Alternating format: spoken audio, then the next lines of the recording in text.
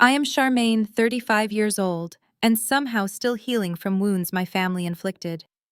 As a successful software developer, I escaped their toxicity but maintained occasional contact. Last Sunday, they invited me to an upscale brunch to catch up. Between mimosas and avocado toast, my mother leaned forward smirking. "You know, Charmaine, you are lucky we even include you. Pity goes a long way." I simply sipped my coffee and smiled. That night, I logged in, disabled every family credit account, and emailed my lawyer about selling the cabin. Before I continue this story, let me know where you are watching from in the comments below. Hit like and subscribe if you have ever had to stand up to family who underestimated your worth. Growing up in Fairfield, Connecticut, meant privilege to outsiders. But inside our sprawling colonial home, emotional coldness permeated every corner. Our four-bedroom house with its manicured lawn and heated swimming pool was a fortress of expectations I could never quite meet. My childhood bedroom, painted pale blue, at my mother Elaine's insistence despite my preference for green, became my sanctuary in prison. From elementary school through high school, I maintained straight as joined honor societies and did everything perfectly to earn their praise. That praise never came. The true breaking point happened just weeks before that brunch during our annual family barbecue. The afternoon sun was blazing in our backyard. I was standing near the stone patio steps, holding a tray of drinks. My older brother Marcus had always been the golden child. He was 38 years old but still acted like an entitled teenager. He was showing off for his wife Chloe, who was sitting in the shade sipping a cocktail. Chloe was a woman whose entire personality revolved around spending my family money and making passive-aggressive comments about my career. Marcus had been drinking heavy craft beers all afternoon. He walked up to me with a mean glint in his eye. He thought it would be hilarious to scare me. Without any warning, he shoved two heavy hands into my chest. He pushed me hard. I lost my balance instantly. My foot slipped off the edge of the stone step and I fell backward. The impact was brutal. I hit the hard travertine stone and a sickening crack echoed over the upbeat music playing from the outdoor speakers. My right arm took the brunt of the fall, bending at a terrifying angle. A sharp, blinding pain shot up my shoulder and the back of my skull slammed against the ground. I laid there gasping for air and writhing in pure agony. "Stop crying now," my father Richard yelled over the music. He did not even look down at me. "You are embarrassing yourself in front of Chloe and her family. Get up." I could not get up. My vision was swimming and my ears were ringing. I tasted blood where I had bitten my lip. "It was just a prank, for goodness sake," Marcus laughed out loud, taking another casual sip of his beer. He stood right on the step where he had just pushed me. "You always were so dramatic, Charmaine. Clumsy, too." I looked over at my mother Elaine, hoping for a shred of maternal instinct. Instead, I watched her deliberately step over my legs to hand a fresh napkin to Chloe. "I am so sorry about the noise, sweetie," my mother cooed, completely ignoring her daughter who was hyperventilating on the ground. "You know how Charmaine gets. Everything has to be about her. Now tell me more about the new inventory for your luxury boutique." Chloe offered a tight, condescending smile. "Thanks, Elaine. I just hope the drama down there does not ruin the vibe of our afternoon. My parents are arriving in 10 minutes, and you know how uncomfortable they get around loud altercations." Loud altercations. I had just been physically assaulted by my brother. My arm was broken and I was bleeding, but in their curated world I was just an angry woman ruining an aesthetic afternoon. Marcus puffed out his chest and walked down the steps to stand over me. His shadow fell across my face. "If she does not stop whining, I will drag her to her car myself," he announced. "Get up, Charmaine. You are ruining my wife afternoon." He reached down and grabbed my injured arm to yank me to my feet. I screamed a raw, guttural sound that finally cut through the chatter. The bone shifted under my skin. "Get your hands off her," a voice yelled. Maya, my younger cousin, sprinted across the lawn and dropped a plate of food into the grass. She shoved Marcus hard in the chest, pushing him away from me. Maya worked in hospital risk management. She did not play the toxic games of our family, and she definitely did not bow down to Marcus and Chloe. Are you insane? Maya yelled, kneeling beside me. Her hands hovered expertly over my mangled wrist. Her arm is clearly broken, Uncle Richard. She hit her head on the stone. Call an ambulance right now. My father scowled and checked his expensive watch. We are not calling an ambulance to my house and causing a scene for the neighbors. Put some ice on it. She just wants attention because Marcus and Chloe are celebrating. I squeezed my eyes shut as tears of pure betrayal leaked out. Last year, when my mother needed emergency surgery, I was the one who quietly paid $14,000 out of pocket because their insurance would not cover her preferred doctor. I drained my savings and slept in the hospital chair for 6 nights. Marcus had not even visited because he claimed he and Chloe were traumatized by hospitals. Now, with my bones shattered on their patio, I was nothing but an inconvenience. Fine, I am taking her. Maya snapped, her voice trembling with absolute fury. She carefully slid her arm under my good shoulder. Come on, Charmaine. I have got you. Do not look at them. Just look at me. As Maya slowly helped me to my feet, the world spun dangerously.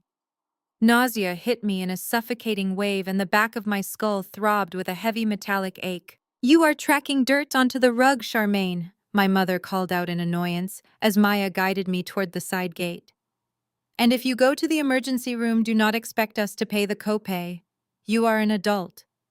Maya slammed the heavy wooden gate behind us, cutting off the sound of Marcus laughing at another one of Chloe's jokes. The ride to the hospital was a blur of grinding teeth and cold sweats. Maya drove with one hand on the wheel and the other gripping my knee tightly. I am going to kill him, Maya muttered, her eyes locked on the road ahead.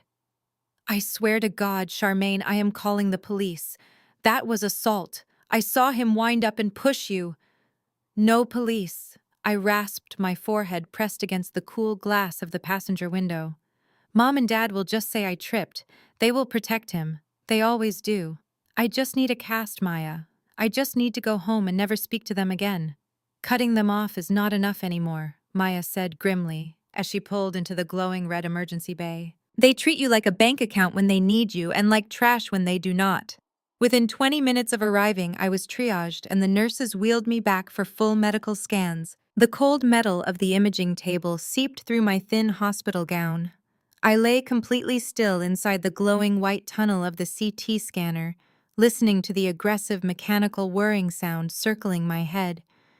The pain in my right arm was a constant blinding throb, but the technician had warned me that even the slightest movement would blur the images. I focused on my breathing. Inhale for 4 seconds, exhale for 4 seconds.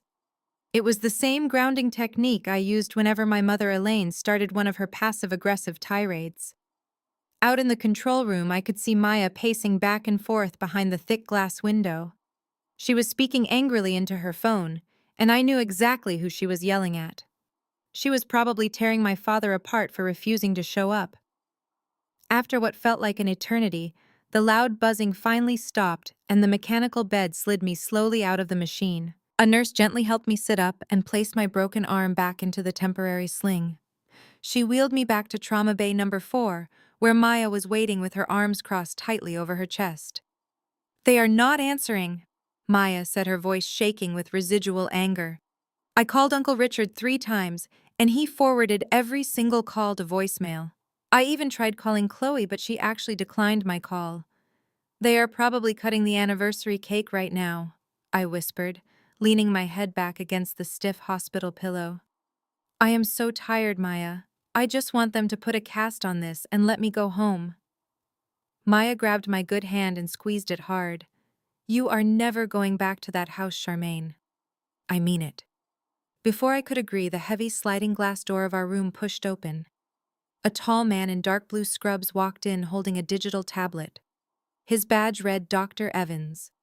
He had the tired eyes of an emergency room veteran, but his posture was rigid. He did not look at my broken arm. He walked straight to the foot of my bed and stared intensely at the screen in his hands. His brow was furrowed in deep concentration. Ms. Charmaine. He began carefully pulling the privacy curtain shut behind him to ensure no one in the hallway could hear us. Your radius is cleanly fractured. We will need to set the bone and put you in a hard cast. It will take a few weeks to heal, but it is a standard orthopedic procedure. I let out a long breath of relief. Okay, thank you, doctor. Can we do that now?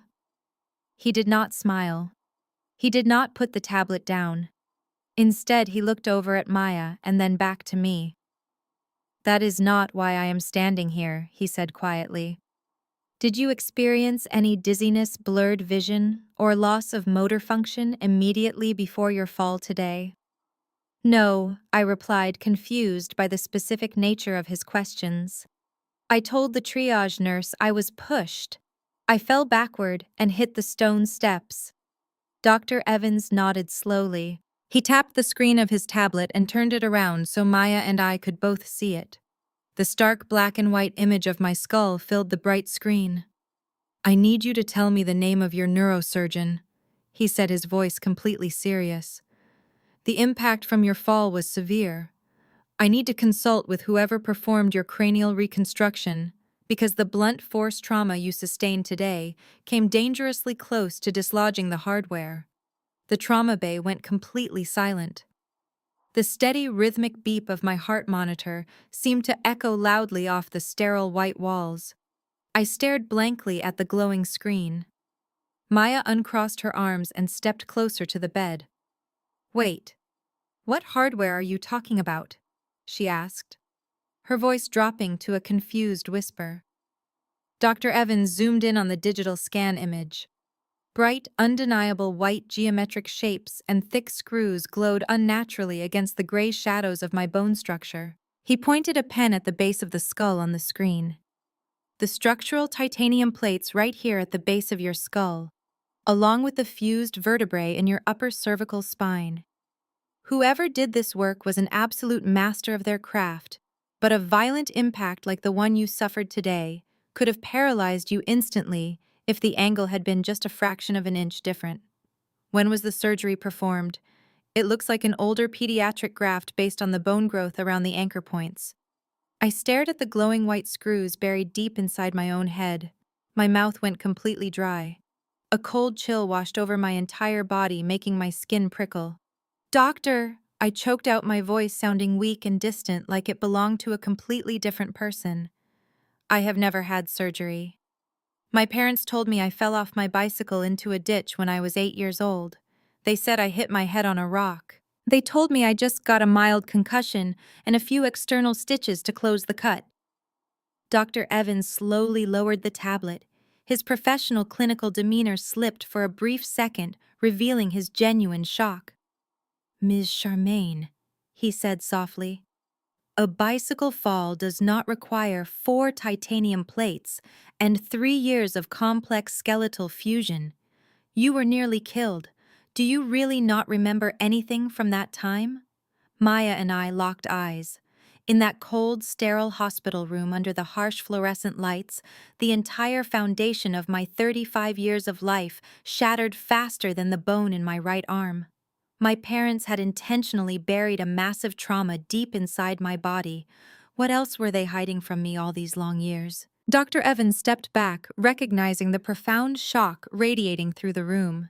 He cleared his throat quietly. I'm going to step out and consult with orthopedics about getting your arm set, he said, his tone entirely professional again. I will also request your full archival medical records from the state registry to ensure we do not compromise any previous surgical work. We will be back shortly. The heavy glass door slid shut, leaving Maya and me alone in the suffocating silence. I stared at the blank wall opposite my bed, trying to process the impossible and terrifying information today. 4 titanium plates, fused vertebrae, a massive pediatric graft. My mind raced backwards, sifting through fragmented childhood memories. I remembered waking up in a dark room with a shaved head. I remembered my mother crying and my father looking terrified. But they had always insisted I had simply taken a bad spill over the handlebars of my pink bicycle. They said my helmet saved my life, but the sharp rocks in the ditch had caused a severe laceration. They lied to me, I whispered, feeling a sudden wave of nausea that had absolutely nothing to do with my broken arm. They watched me struggle with chronic neck pain and severe migraines for 25 years, and they just told me I had bad posture. Maya was not looking at me. Her eyes were fixed on the glowing screen of the hospital computer station mounted to the wall. As a risk management officer, she had high-level security clearance to access the comprehensive medical database for the entire state network. I am not waiting for Dr. Evans to file a formal request. Maya said, her fingers flying rapidly across the keyboard. If your parents lied about a major spinal reconstruction surgery, they lied about the reason it happened, she continued fiercely. Hospitals do not perform millions of dollars worth of neurological surgery on an 8-year-old without a massive paper trail. I watched her screen flicker as she bypassed the standard patient portal and logged into the restricted legal compliance server. A prompt demanding her employee identification number popped up. She typed it in without hesitation. Maya, you could get fired for accessing my records like that, I warned, my voice trembling slightly. I do not care, she replied sharply, clicking through a complex series of strict security warnings now. You are my family, Charmaine, real family, and I am going to find out exactly what Uncle Richard and Aunt Elaine did to you. The screen loaded a massive directory of archival files. Maya typed my full legal name and my date of birth into the search bar. The system lagged for a few agonizing seconds before a long list of digital documents populated the screen. Most of them were routine checkups and standard vaccinations. But at the very bottom of the list, highlighted in bright red, was a restricted file dating back 27 long years ago from today. It was labeled under severe trauma and litigation. Maya clicked it. The document opened, revealing a scanned police report and a comprehensive surgical log from a pediatric trauma center 3 counties away. Maya leaned closer to the monitor, her eyes darting back and forth as she read the dense text. Oh my God, Charmaine, she breathed, her hand flying to cover her mouth. What is it? I asked, trying to sit up despite the shooting pain in my arm. What does it say? It was not a bicycle accident, Maya read aloud, her voice dropping to a very horrified whisper. You were struck by a commercial delivery truck. The driver ran a red light and hit you while you were crossing the street in a pedestrian crosswalk. You were in a medically induced coma for 19 days. You had a fractured skull, a shattered cervical spine, and severe internal bleeding. The truck belonged to a major national logistics corporation. I felt the cold blood drain completely from my face. A commercial truck. A major corporation. Pieces of the confusing puzzle were suddenly crashing together with violent force inside my mind. Our family had never been wealthy when I was young. My father worked a mid-level administrative job, and my mother was a part-time receptionist. But right around my 10th birthday, everything changed mysteriously. We moved from our cramped apartment into the sprawling colonial house in Fairfield. My father started wearing expensive suits and bought a brand new luxury sedan. They told everyone he had made some incredibly lucky investments in the stock market. Keep reading, I urged, my heart pounding fiercely against my ribs. What else is in that file, Maya?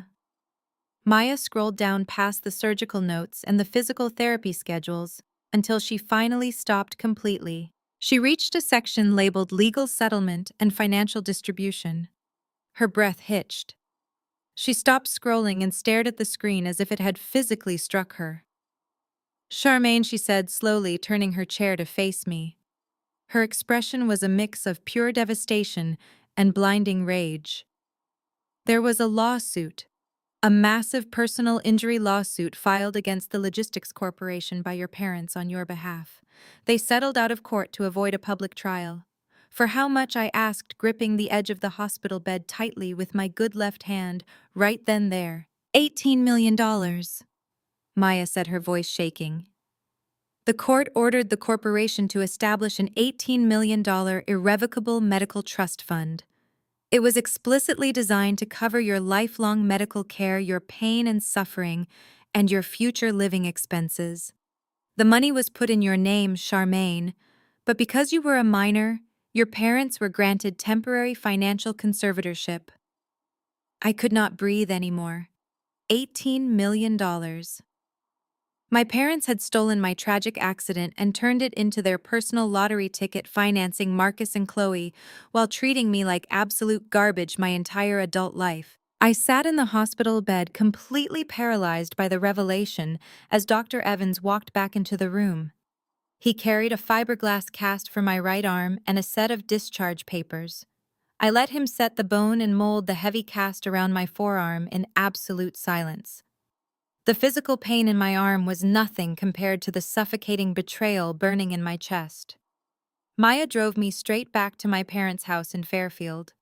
We did not speak a single word during the entire 40-minute drive.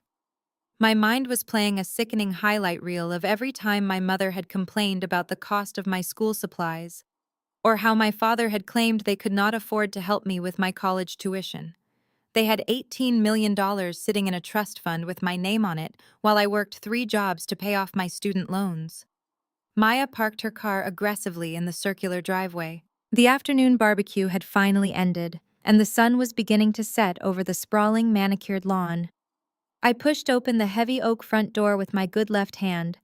The house smelled like expensive catering and rich vanilla candles. I found my parents in the formal living room. My father, Richard, was sitting in his custom leather recliner pouring himself a glass of aged scotch. My mother, Elaine, was stretched out on the velvet sofa, scrolling mindlessly through her phone. They looked so peaceful.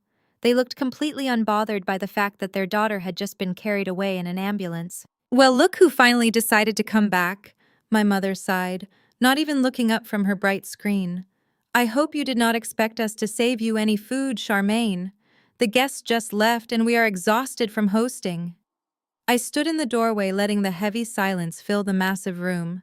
Maya stood right behind me, her posture stiff and ready for a fight. My father took a slow sip of his scotch and finally noticed the thick white cast covering my right arm.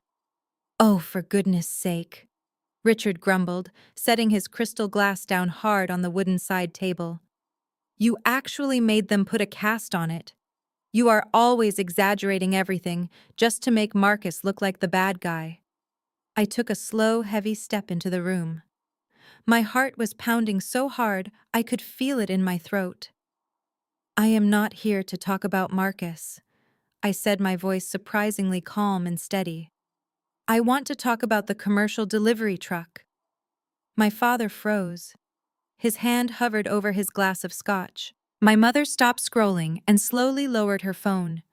The comfortable atmosphere in the room instantly vanished, replaced by a suffocating and icy tension. "What are you talking about?" my mother asked, her voice suddenly tight and defensive. "I want to talk about the titanium plates fused to the base of my skull," I continued, taking another step closer to them. "I want to talk about the 19 days I spent in a medically induced coma when I was 8 years old.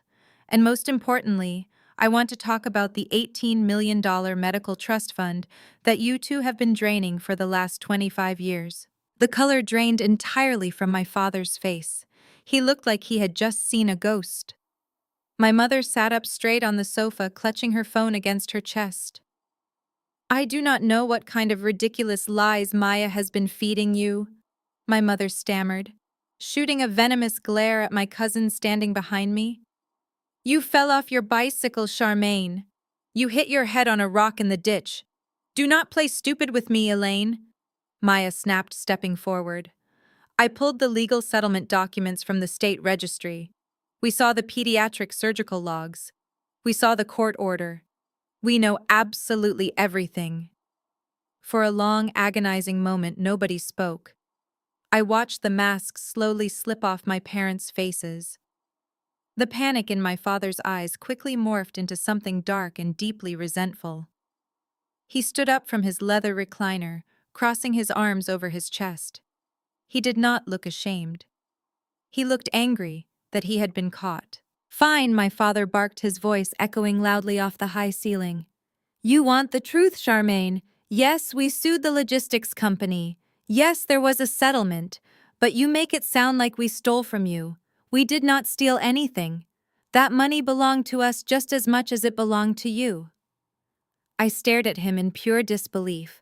How could compensation for my shattered spine and broken skull belong to you? I asked, my voice shaking with rage. You were a child, my mother yelled, standing up to join him. You have no idea what we went through. We were the ones sitting in that hospital waiting room terrified that you were going to die.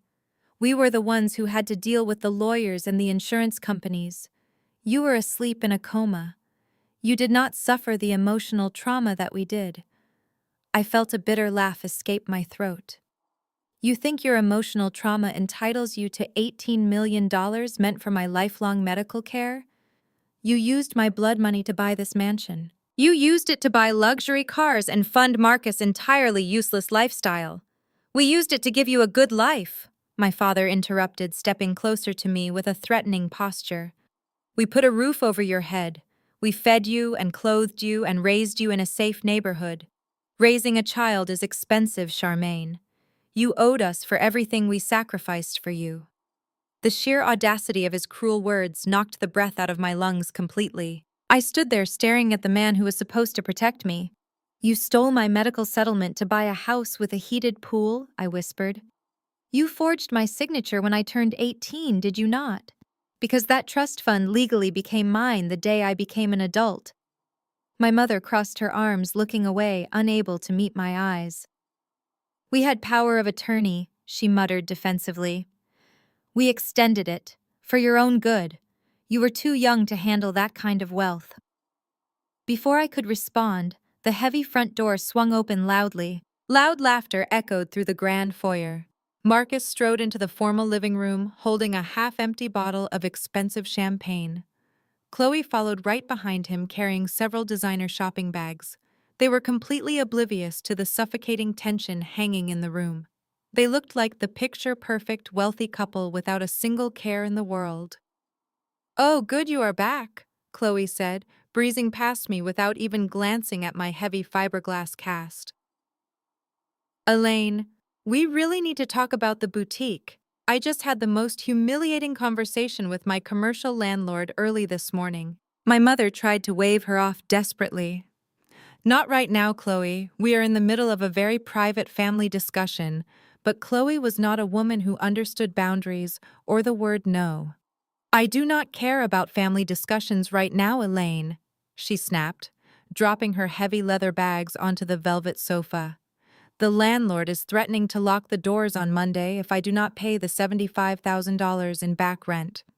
Marcus told me you guys would cover it from the family investment account. You promised to support my new business. Marcus took a deep swig directly from the champagne bottle and shrugged his shoulders carelessly. Come on, Dad, he said casually. Just wire the money on Monday morning. Chloe needs to order the new fall inventory from Paris too, so make it an even $100,000. You know the trust account generates that much in interest alone every few months. The room went completely dead silent. Marcus had just said the quiet part out loud. He had just confirmed absolutely everything. Maya let out a sharp, sarcastic laugh that cut through the room like a jagged silver knife blade. I looked at Marcus and then at Chloe. My brain was working rapidly, piecing together the entire timeline of their lavish lifestyle. The family investment account, I repeated, my voice dangerously low. You mean my medical trust fund? You mean the blood money paid for my shattered spine and fractured skull? Marcus stopped drinking immediately. He lowered the green bottle slowly, his eyes darting from my face to our parents. What is she talking about, Dad? Marcus asked, his voice suddenly losing its arrogant edge. He did not know the gruesome details, or maybe he just did not care anymore. You really think Dad is a brilliant stock market investor? I asked, stepping toward my older brother. You think this massive house, your luxury cars, your elite country club memberships, and Chloe failing vanity project are funded by his hard work? I pointed my good left hand directly at my father. He has not worked a real job since I was 10 years old. They have been siphoning millions of dollars from a legal settlement meant for my lifelong medical care. Every single designer bag Chloe owns was bought with the money meant for my physical therapy and daily survival. Chloe's face flushed a bright angry red. That is absolutely ridiculous, she scoffed, crossing her arms, defensive and cruel as always. Richard and Elaine are wealthy because they are smart financial planners. You are just jealous, Charmaine, because you live in a tiny apartment and work a boring corporate job. You have always been insanely jealous of Marcus and me. You are literally wearing a silk dress bought with the compensation for my traumatic brain injury. I yelled, losing my temper completely. My voice echoed loudly off the high ceilings, making Chloe actually flinch backward in genuine, frightened, sudden surprise. Do not speak to my wife like that.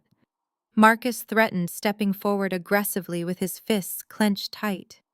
Maya instantly stepped in front of me, blocking his path with her own body. Do not even think about touching her again. Marcus. Maya warned, her voice deadly serious and entirely unwavering. I have the hospital scans. I have the surgical records. If you take one more step toward her, I will call the police and tell them exactly how you broke her arm today. Marcus hesitated. He looked at my thick white cast and then back at our terrified, guilty parents.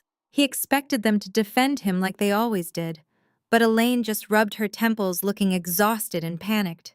Charmaine, please calm down, she pleaded frantically. We can discuss this like civilized adults. We can set up a small monthly stipend for you if you are struggling with your bills. We do not want this to get messy. A stipend? I laughed, the sound hollow and completely broken inside. You want to give me a small allowance from my own $18 million settlement while you write $100,000 checks so Chloe can play pretend business owner today. It is not playing pretend, Chloe shrieked indignantly, stamping her foot on the expensive rug. My boutique is a legitimate luxury enterprise.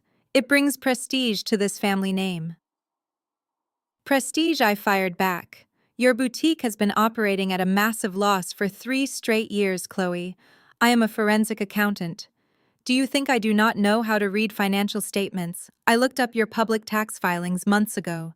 You are bleeding money and my parents have been bailing you out using my stolen trust fund. The parasitism was finally laid bare forever right then there. Chloe stared at me with her mouth slightly open, unable to form a coherent sentence. The carefully constructed illusion of herself-made success had just been shattered into a million pieces. Marcus' face turned a dangerous shade of purple. He took a heavy step toward me, but my cousin Maya stood her ground, completely unbothered by his aggressive posturing. You are completely delusional. Charmaine, my mother, Elaine cried out, her voice cracking with forced emotion. We manage that money legally. We are your parents. You cannot just walk in here and accuse us of being parasites. I can, and I just did, I replied, my voice cold and steady. I looked at my father, Richard, who was suddenly looking very old and very terrified. You extended the conservatorship by claiming I was financially incompetent. You probably forged medical documents to prove it. I am a licensed forensic accountant, Dad. I uncover corporate fraud for a living. Do you honestly think I will not be able to dismantle whatever amateur financial web you have spun? My father swallowed hard, unable to meet my eyes. Let us go, Maya, I said, turning my back on them. I have seen enough. We walked out of the sprawling colonial house and let the heavy oak door slam shut behind us. The cool evening air felt like absolute heaven against my flushed skin. When we got into Maya's car, my hands were shaking so badly I could barely buckle my seatbelt. Maya handed me my phone. Do it, she said simply. Do not wait until Monday morning. Hit them where it hurts right now. I nodded, pulling up the emergency contact number for Vanguard Financial Group, the primary institution that handled large structured settlement trusts in our state. Because it was a high net worth account, they had representatives available 24 hours a day. I dialed the number and waited through the brief automated prompts. A polite representative named David answered the call. Hello, my name is Charmaine Wilson, I said, projecting total professional authority. I am the sole beneficiary of the irrevocable medical trust ending in 4829. I am reporting suspected financial abuse and identity fraud by the current conservators Richard and Elaine Wilson. I need an immediate emergency freeze placed on all linked accounts, debit cards, and lines of credit. David paused, his keyboard clacking rapidly in the background. Ma'am, I see the conservatorship active on this account. I will need to verify your identity and transfer you to our fraud department. I spent the next 45 minutes sitting in the passenger seat of my car answering intense security questions, providing my social security number, and emailing a photo of my driver's license, along with the hospital documentation, proving I was of sound mind. I explained that I was an adult who had never signed the extension documents. By the time Maya parked in front of my apartment complex, David, from the fraud department, was back on the line. Ms. Charmaine, the emergency freeze has been successfully implemented, he confirmed. No funds can be withdrawn, transferred, or spent without a court order or your direct in-person authorization. Every card issued under this trust has been immediately deactivated. I thanked him and hung up the phone. A heavy weight lifted off my chest, but I knew the real war was just beginning. Across town, the immediate consequences of my phone call were already unfolding. Marcus and Chloe had left the house shortly after I did, desperate to salvage their anniversary evening. They went to Le Petit Chateau, the most expensive French restaurant in the city center. Chloe was already drinking heavily, trying to drown out the humiliation of my accusations. When the waiter brought the leather-bound check presenter, the bill was well over $2,000. Marcus casually tossed down his sleek black metal credit card, a card tied directly to my medical trust fund. He continued bragging to Chloe about how he was going to hire a lawyer to put me in my place. 5 minutes later, the restaurant manager walked over to their table. He was holding the black metal card with a look of deep professional discomfort. "Excuse me, sir," the manager said, his voice hushed, but still audible to the surrounding tables. "Your card has been declined." Marcus scoffed loudly, waving his hand in annoyance. "That is impossible. Run it again. I have a massive credit limit. We already ran it 3 times, sir." The manager replied, his tone growing slightly colder. "The terminal says the account has been frozen due to suspected fraud. It asks us to confiscate the card." The surrounding diner's wealthy socialites and business owners that Chloe desperately wanted to impress began to turn their heads. Chloe's face turned bright red. "Marcus, what is he talking about?" she hissed, grabbing his arm. "Give him another card."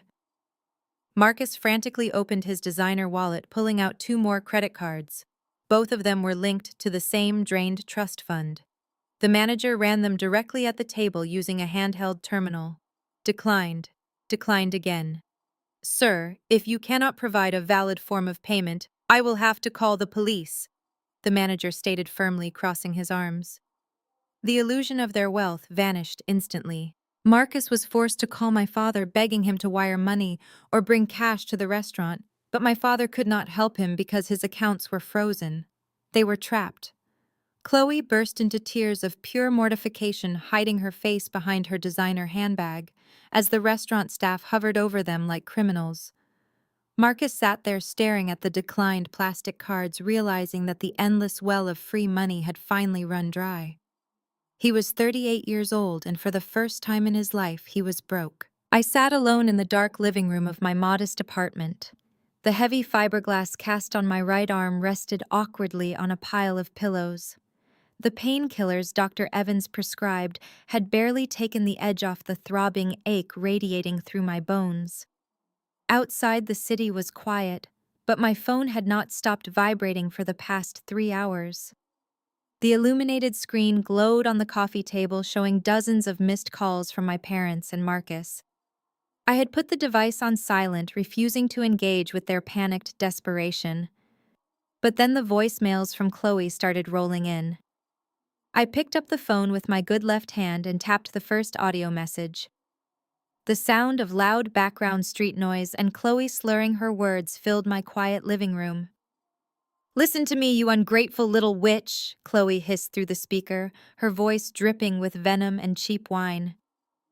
"You think you are so smart freezing those accounts. Do you have any idea how embarrassing it was to be treated like a criminal at Le Petit Chateau tonight? The manager threatened to call the cops on us. You ruined my anniversary. That money belongs to this family, and you are destroying everything your father worked hard to build." I deleted the message and played the next one. This one was left 20 minutes later, and her tone had shifted from angry to viciously cruel. You know, Charmaine, you always were jealous of me. Chloe slurred her words, getting uglier and more explicit. You hate that Marcus chose a refined woman instead of someone from your background. You hate that I have a successful business while you sit in a tiny apartment pushing papers. You are just a bitter, angry woman trying to drag us down to your pathetic level. Unfreeze the cards immediately, or I swear I will ruin your life. I will tell everyone what an unstable psycho you are. The sheer entitlement was absolutely breathtaking. She truly believed the money meant for my pediatric brain trauma belonged to her luxury lifestyle simply because she married my brother. She believed her whiteness and her social status gave her a divine right to my suffering. I deleted the final voicemail and set the phone face down on the table. I closed my eyes, leaning my head back against the sofa. I just wanted to sleep. Suddenly, a violent pounding at my front door shattered the silence. The heavy wooden door rattled in its frame. I jumped up so fast that a fresh wave of pain shot up my broken arm. "Open the door, Charmaine!" A muffled voice roared from the hallway. It was Marcus. He was incredibly drunk and completely unhinged. I crept toward the door and peered through the small glass peephole. My brother was standing in the hallway, his expensive suit jacket discarded and his dress shirt untucked. His face was red and twisted in absolute fury. "Open this damn door right now," he screamed, slamming his heavy fists against the wood again. "You do not get to do this to me. You do not get to cut me off." I backed away from the door, my heart hammering wildly against my ribs. "Marcus, how did you even get into the building?" I yelled, my voice trembling slightly. "You need to leave right now before I call the police." I followed a food delivery guy through the security gate. Marcus yelled back, kicking the bottom of the door with his heavy leather shoe. "Do you think a stupid gate is going to stop me? You humiliated me tonight, Charmaine. You made me look like a broke loser in front of the entire restaurant. Call the bank right now and lift that freeze. You owe me that money." "I owe you nothing," I shouted back, trying to keep my voice steady, despite the pure terror rising in my throat. "You stole millions of dollars from me. You pushed me down the stairs today and almost paralyzed me. You belong in jail, Marcus." My words only enraged him further. The pounding stopped for a brief second, and then a massive thud shook the entire wall. He was throwing his entire body weight against the door, trying to break it down. The deadbolt groaned under the immense pressure. He was completely out of his mind. "You think you are untouchable just because you found some old medical papers?" Marcus screamed from the hallway. "You are nothing. You have always been nothing. Mom and Dad never even wanted you. They only kept you around because of the settlement money. Once they got control of the trust, they did not care what happened to you. You are just a walking paycheck to them." His cruel words hit me harder than the physical blow to my chest earlier that afternoon. Even though I already knew the truth, hearing him say it out loud with such vicious certainty felt like a knife twisting deep in my gut. But I did not have time to process the emotional pain. Another violent crash shook the doorframe and the metal strike plate began to splinter away from the wood. The conflict had turned genuinely dangerous. Marcus was no longer just an entitled bully. He was a desperate man backed into a corner, and he was willing to hurt me to get his lavish life back. I ran to the kitchen counter and grabbed my phone with trembling fingers. I dialed 911 immediately. 911. "What is your emergency?" the dispatcher answered. "My brother is trying to break down my front door," I whispered quickly, watching the wood frames splinter further. "He is drunk and violent, and he has already physically assaulted me once today. Please send officers immediately."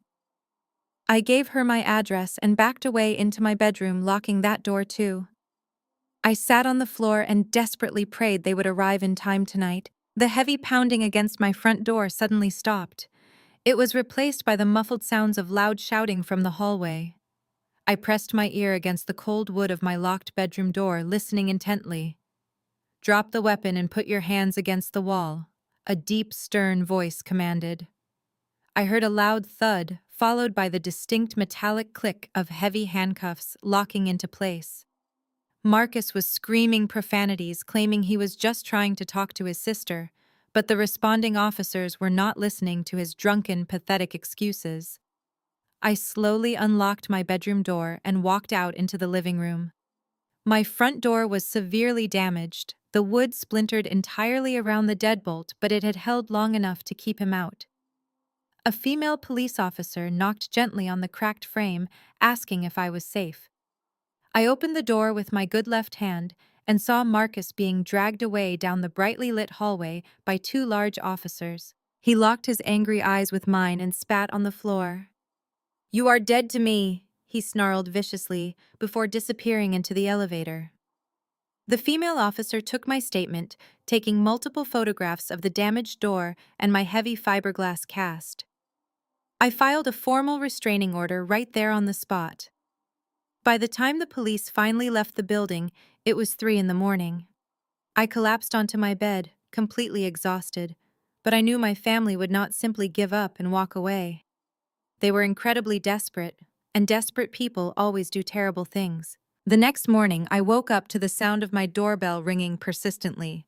I checked the security camera on my phone, expecting to see a maintenance repairman for the broken door. Instead, I saw a man in a cheap gray suit holding a thick manila envelope. I cautiously opened the door, leaving the metal security chain safely attached. "Are you Charmaine Wilson?" the man asked, his tone completely flat and bored. "Yes," I replied suspiciously. "You have been served," he said, shoving the heavy envelope through the narrow gap before turning and walking quickly away down the hall. My heart sank immediately. I carried the heavy envelope to my kitchen counter and tore it open with shaking fingers. It was a formal legal petition filed in the county probate court. The primary petitioner was Richard Wilson, my father. The attorney of record was someone named Gregory Sterling, a lawyer famous in our city for handling sleazy, high-profile divorces and aggressive corporate asset seizures. I read the very first page and felt the warm blood drain entirely from my face. It was a formal petition for an emergency involuntary conservatorship over my person and my entire estate. The legal document blatantly claimed that I had recently suffered a severe head injury, causing a sudden dangerous break from reality. They attached a highly distorted version of my hospital admission records from yesterday, deliberately highlighting the fact that I had sustained severe blunt force trauma to my skull during the barbecue incident. But that was not even the worst part of their despicable strategy. The petition explicitly referenced my childhood traumatic brain injury, the very same injury they had actively hidden from me for 25 years. They argued that my pre-existing neurological condition combined with the recent fall had rendered me completely mentally incapacitated and a danger to my own financial well-being. I gripped the edge of the kitchen counter, trying desperately to keep my trembling legs from giving out completely. The sheer audacity of their legal strategy was breathtakingly evil. They were literally weaponizing the medical trauma they had concealed against me to steal back the money they had been draining for decades. They confidently claimed I was experiencing severe paranoid delusions simply because I had frozen my own bank accounts the night before. The petition formally requested an immediate temporary injunction to unfreeze the multi-million-dollar trust fund so my parents could supposedly pay for my necessary medical care and psychiatric evaluations. They were actively trying to declare me legally insane so they could keep paying the rent for Chloe failing luxury boutique and Marcus' incredibly expensive lifestyle without any interruptions. I read the attached sworn affidavit signed by my mother Elaine. Under penalty of perjury, she brazenly claimed I had been acting erratically for several months and that freezing the family accounts was merely a symptom of a severe manic episode. I felt a cold, hard resolve settle deep inside my chest, replacing the initial wave of paralyzing fear. They actually thought they could outsmart a licensed forensic accountant with fake medical claims and a cheap, sleazy lawyer. They honestly thought my broken arm and battered skull made me a weak and easy target for their continued financial abuse. I picked up my cell phone and dialed Maya's number immediately. Did they serve you too? Maya asked, answering on the very first ring, her voice filled with intense worry. Yes, I said, my voice dropping to a dangerous, icy whisper. They are filing for an emergency conservatorship, claiming my brain injury makes me financially incompetent. Maya gasped loudly in pure, unadulterated horror. Charmaine, that is absolutely disgusting. We need to hire the best defense attorney in the state right now to fight this. No, I replied firmly, gripping the phone tighter. We will absolutely get an attorney for the upcoming probate hearing, but first I am going to do exactly what I do best. I am going to formally audit my own family. I need you to bring me every single tax return, property deed, and bank statement you can legally access regarding my parents and Marcus right away. I am going to follow the money trail and build an absolute fortress of undeniable financial evidence against them. I am going to prove exactly where every single stolen dollar went over the last 25 years. I told Maya to hurry. She arrived an hour later carrying 3 massive cardboard boxes full of financial records. Maya had pulled every publicly available property record, tax lien, and business registration she could find. She also brought the detailed transaction history from the bank I had frozen the night before. I cleared off my kitchen island, pushing aside my unused coffee maker and a stack of mail. My right arm was throbbing inside the heavy fiberglass cast, but my mind was sharper than it had been in years. I am a forensic accountant. Finding hidden money is not just my job, it is my absolute obsession. I pulled up a high stool and opened the first box with my good left hand. Let us start with the original settlement, I said, my voice completely devoid of emotion. $18 million deposited 25 years ago. I need to see the initial distribution matrix. Maya handed me a thick stack of bank statements dating back to the late 90s. I began to map out the financial timeline on a large whiteboard I kept in my home office. I dragged the board into the kitchen and started writing with a black marker. Year 1 was relatively normal. My parents withdrew $50,000 for medical expenses, which matched the timeline of my physical therapy and neurological follow-up appointments. But by year 3, the medical withdrawals stopped entirely. Instead, a series of massive wire transfers began appearing. Where did $500,000 go in the summer of 2002? Maya asked, squinting at a faded bank statement. I cross-referenced the date with the property records Maya had brought.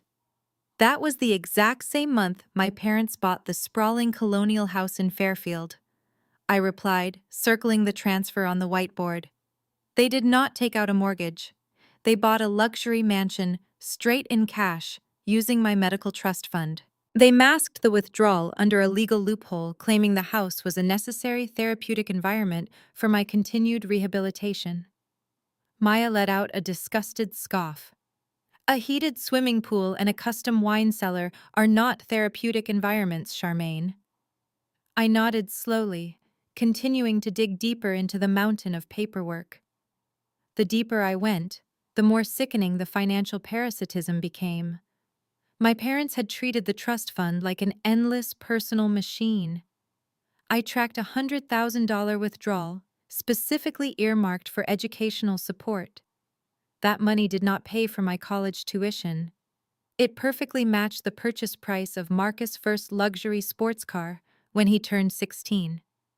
I found another withdrawal labeled as specialized vocational training. It matched the exact date my parents funded Marcus' failed startup company, which went bankrupt 6 months later. Every single time my brother wanted something expensive, my parents simply filed a fraudulent expense report with the trust administrators and stole my money. But stealing the money was only half the crime. They had to hide the massive influx of cash from the government. I opened my laptop and logged into a specialized forensic database I used for work. I pulled up the public tax filings for Richard and Elaine Wilson. It took me less than an hour to find the glaring discrepancies. My parents had set up a fake limited liability company, presenting themselves as independent healthcare consultants. They were funneling the trust fund money through this shell company, writing off their personal luxury expenses as business deductions. The designer clothes, the lavish vacations, the expensive country club memberships, they were all fraudulently categorized as business expenses. They were committing massive tax fraud on top of stealing my settlement. I worked straight through the afternoon, ignoring the growing pain in my fractured arm and the persistent ringing in my ears. Maya sat across from me, sorting through Chloe business records. "Look at this," Charmaine, Maya said, sliding a folder across the island. "Chloe, luxury boutique has not turned a single dollar of profit since it opened 3 years ago. She owes hundreds of thousands of dollars in commercial rent and unpaid vendor invoices." I reviewed the boutique financial statements. It was a complete disaster. Chloe was hemorrhaging money on expensive trips to Paris and Milan, pretending she was sourcing inventory when she was really just taking luxury vacations. And every time her boutique was on the verge of bankruptcy, my parents transferred money from my medical trust to bail her out. They literally funded her entire fake socialite lifestyle with my brain injury, I whispered, staring at the undeniable proof laid out in front of me. They let me struggle to pay my rent while they handed hundreds of thousands of dollars to a woman who openly mocked my career. I felt a cold, calculated rage settling into my bones. The emotional devastation I felt yesterday was completely gone. In its place was a ruthless determination to destroy them completely. I was going to dismantle their entire fraudulent empire brick by brick. As the sun began to set, casting long shadows across my kitchen, I reached the bottom of the third box. There was a thin manila folder tucked underneath a stack of old utility bills. It was labeled with my full legal name. I opened it and found a series of highly confidential loan documents. My brow furrowed in confusion. The trust fund was designed to generate interest, not take on debt. I carefully reviewed the very first page of the heavy commercial loan agreement. It was a massive commercial loan taken out exactly 3 years ago. The specific collateral listed for the massive loan made my blood run absolutely cold. I read the document again, making sure my eyes were not deceiving me. The collateral was the deed to the very apartment building I was sitting in right now. I flipped to the signature page. My signature was perfectly forged on the dotted line at the very bottom of the clean white page. I stared at the looping cursive letters spelling out my own name. The blue ink looked fresh against the crisp white paper, but the date stamped next to the signature was from 3 years ago. It was the exact same month I had purchased my modest apartment.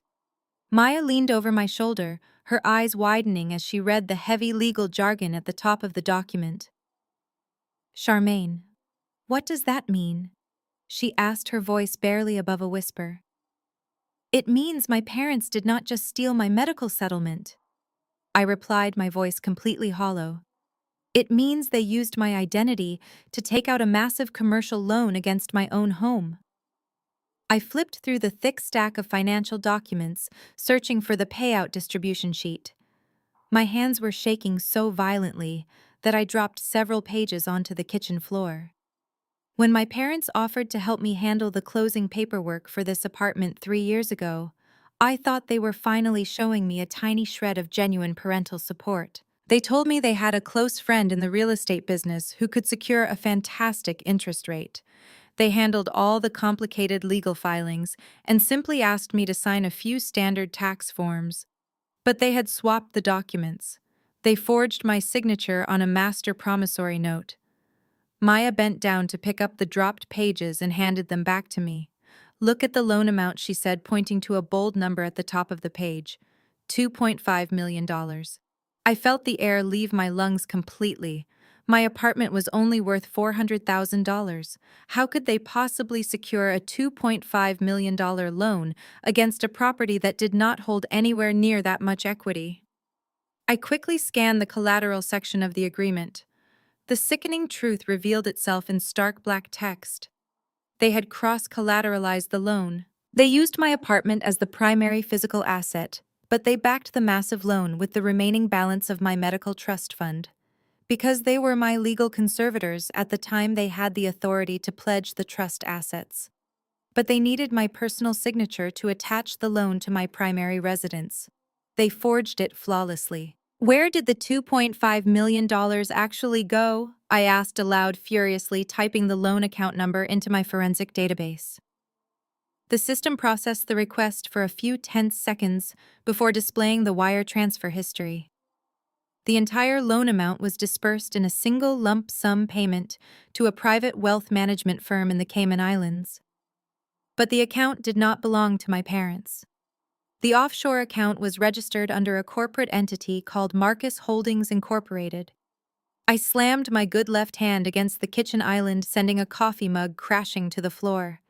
It shattered into dozens of sharp white pieces, but I did not even care.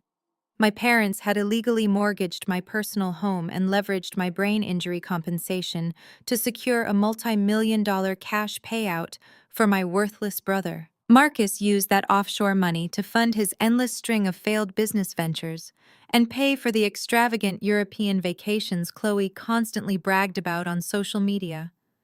They lived like absolute royalty while secretly turning me into their primary debt guarantor. Maya backed away from the kitchen island looking completely horrified. Charmaine, if your parents stop making the monthly interest payments on this massive loan, the bank will foreclose on your apartment, she said, her voice filled with panic. They will seize everything you own and destroy your personal credit forever. They already have, I replied, opening a new browser tab to pull my comprehensive credit report. I had never checked my credit score because I always paid my credit cards in full every single month and lived well within my means. The screen loaded slowly, revealing a dismal credit score in the low 400s. The report showed multiple delinquent accounts, maxed out credit lines, and a massive outstanding commercial debt. My father had actively diverted all the financial mail and billing statements to a post office box he controlled. He deliberately kept me completely in the dark while he destroyed my financial future to protect Marcus. This is criminal fraud on a massive federal scale, Maya stated firmly, grabbing her car keys from the counter. We are going to the police station right now, Charmaine. We are handing these documents over to a federal investigator. I shook my head slowly, closing the laptop screen. No, I said, my voice deadly calm. If we go to the police right now, my father will use his sleazy lawyer Gregory Sterling to spin a massive web of lies. They already filed a petition claiming I am mentally incompetent and delusional. If I walk into a police station making wild accusations about offshore accounts and forged signatures, they will just use it as proof that my brain injury is causing extreme paranoia. The probate judge will grant the emergency conservatorship before the police even open a formal investigation. I need to be much smarter than them. Maya crossed her arms, looking deeply concerned. Then what are we going to do? The court hearing for the emergency conservatorship is in less than 48 hours. They are going to stand up in front of a judge and paint you as a crazy, unstable woman who needs to be locked away for her own safety. Let them try, I said, staring at the shattered coffee mug on the floor. I am going to let my father and his arrogant lawyer walk into that courtroom believing they have the upper hand. I am going to let them perjure themselves on the official record. I am going to sit there quietly while they present their fake medical claims and their forged documents today. The county probate courthouse doors swung open 2 days later, revealing a courtroom that felt like a theater stage. I walked down the aisle with Maya by my side. My right arm was encased in fiberglass, but my posture was entirely straight. Sitting at the petitioner's table were my parents and my brother Marcus. They dressed in tailored conservative suits, trying to project the image of a respectable family, deeply concerned for their unstable daughter. Next to them sat Gregory Sterling, their sleazy attorney. He wore a flashy watch and a suit that was too tight. When they saw me walk in without a lawyer, Marcus whispered something to my mother. She covered her mouth to hide a confident smile. They truly believed they had already won. I took my seat at the respondents' table, placing a single black briefcase carefully in front of me. The bailiff called the courtroom to order, and Judge Harrison, a stern-looking woman with gray hair and sharp, observant eyes, took her seat at the high bench. We are here today for an emergency petition regarding the involuntary conservatorship of Charmaine Wilson, Judge Harrison announced, looking down at the paperwork in front of her. Mr. Sterling, you represent the petitioners. You may proceed. Gregory Sterling stood up, buttoning his suit jacket with a dramatic flourish. He launched into a highly rehearsed, manipulative performance. Your Honor, my clients are here today with broken hearts. Sterling began, his voice dripping with fake sympathy. They are the parents of Charmaine, who recently suffered a blunt force trauma to her skull. This accident has deeply aggravated a pre-existing childhood brain injury. Over the past 48 hours, Charmaine has exhibited severe paranoid delusions, erratic hostile behavior, and a total detachment from financial reality. She has maliciously frozen family accounts that pay for her necessary medical care. We are simply asking the court to grant temporary conservatorship to her parents so they can protect her from herself and ensure she receives the urgent psychiatric treatment she so desperately needs. My mother pulled a tissue from her handbag and dabbed at her dry eyes, playing the devastated matriarch. My father nodded solemnly, looking up at the judge with an expression of manufactured parental anguish. Judge Harrison listened carefully, taking notes before turning her sharp gaze toward me. Ms. Wilson, the judge said, her tone gentle but probing. I see you do not have legal counsel present today. Given the severe medical allegations in this petition, do you require the court to appoint an attorney for you? I stood up slowly, using my good left hand to steady myself against the table. No, Your Honor, I replied, my voice projecting clearly across the silent courtroom. I am fully capable of representing myself. I do not wish to waste the court's valuable time arguing with Mr. Sterling's fabricated emotional theater. Instead, I would simply like to submit 2 pieces of documentary evidence for your immediate review. Gregory Sterling let out a loud, condescending scoff. Your Honor, a mentally compromised individual cannot submit unverified documents, he argued, waving his hand. I ignored him completely. I opened my black briefcase, pulling out 2 sealed manila envelopes. I handed them to the bailiff, who passed them up to the high bench. Judge Harrison opened the first envelope. The courtroom held its collective breath as her eyes scanned the crisp hospital letterhead. What you are reading, Your Honor, is a comprehensive psychiatric and neurological evaluation, I stated calmly. It was conducted yesterday afternoon by Dr. Evans and Dr. Aris, the chief of psychiatry at Seattle General Hospital. They conducted a cognitive assessment and an MRI.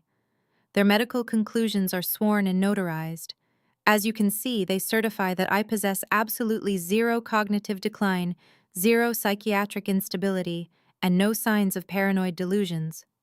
The report explicitly states that my recent fall caused only a localized orthopedic fracture, which has not impaired my executive functioning in any way whatsoever. Sterling stopped smiling immediately. He frantically looked at my father, whose face was quickly draining of color. Judge Harrison flipped to the second page of the medical report, her expression hardening as she read the doctor's certified signatures. I gestured toward the second envelope. The second document contains my professional credentials. My parents claim I am financially incompetent. However, that document proves I am a fully licensed, certified public accountant and a senior forensic auditor specializing in corporate financial fraud investigations. I have managed multi-million-dollar corporate accounts for 8 years without a single blemish on my professional record. The silence in the courtroom was absolute and deafening. Maya sat in the gallery behind me, watching the arrogant smirks completely melt off my family faces. Judge Harrison placed the documents on her desk. She slowly took off her reading glasses and glared down at Gregory Sterling with a look of pure, unadulterated judicial fury. Mr. Sterling, the judge said, her voice cold and dangerously sharp. You submitted a petition claiming this young woman is mentally incapacitated and financially incompetent. Yet the medical and professional evidence sitting right in front of me proves she is perfectly sane and highly qualified to manage complex financial assets. You deliberately submitted distorted medical claims. Your Honor, we had reason to believe, Sterling stammered, his flashy confidence entirely shattered. He looked at my parents for help, but Richard and Elaine were frozen in their seats, staring at me in sheer terror. You had nothing. Mr. Sterling, the judge interrupted loudly, slamming her hand flat against the wood. This emergency petition is completely baseless, and frankly, it borders on malicious litigation. The request for emergency involuntary conservatorship is immediately and unequivocally denied. I stood there in the quiet courtroom, watching their carefully constructed legal trap collapse completely. They had tried to lock me away, but I had just permanently destroyed their credibility on the official legal record forever. This was only the first small battle. The real financial war was just beginning now. The heavy wooden doors of the courtroom swung shut behind me, cutting off the sound of Gregory Sterling loudly arguing with my father. Maya linked her arm through my good left arm as we walked down the polished marble corridor of the courthouse. We did not stop to look back. My parents were completely paralyzed by their humiliating defeat. But I knew Richard and Elaine Wilson better than anyone else in the world. They were not the kind of people who would accept defeat gracefully. They were greedy, and right now they were incredibly desperate. Freezing the medical trust fund had completely cut off their primary financial oxygen supply. Marcus had no income. Chloe Boutique was days away from being locked by her commercial landlord. And most importantly, the massive $2.5 million loan they had fraudulently taken out against my apartment required a monthly interest payment of $15,000. Without my trust fund to cover that payment, they were going to default very soon. Maya drove us back to my apartment in total silence. Once we were safely inside, I immediately opened my laptop. Beating them in probate court was highly satisfying, but it was simply a defensive maneuver. Now it was time to go on the offensive. "What are you doing?"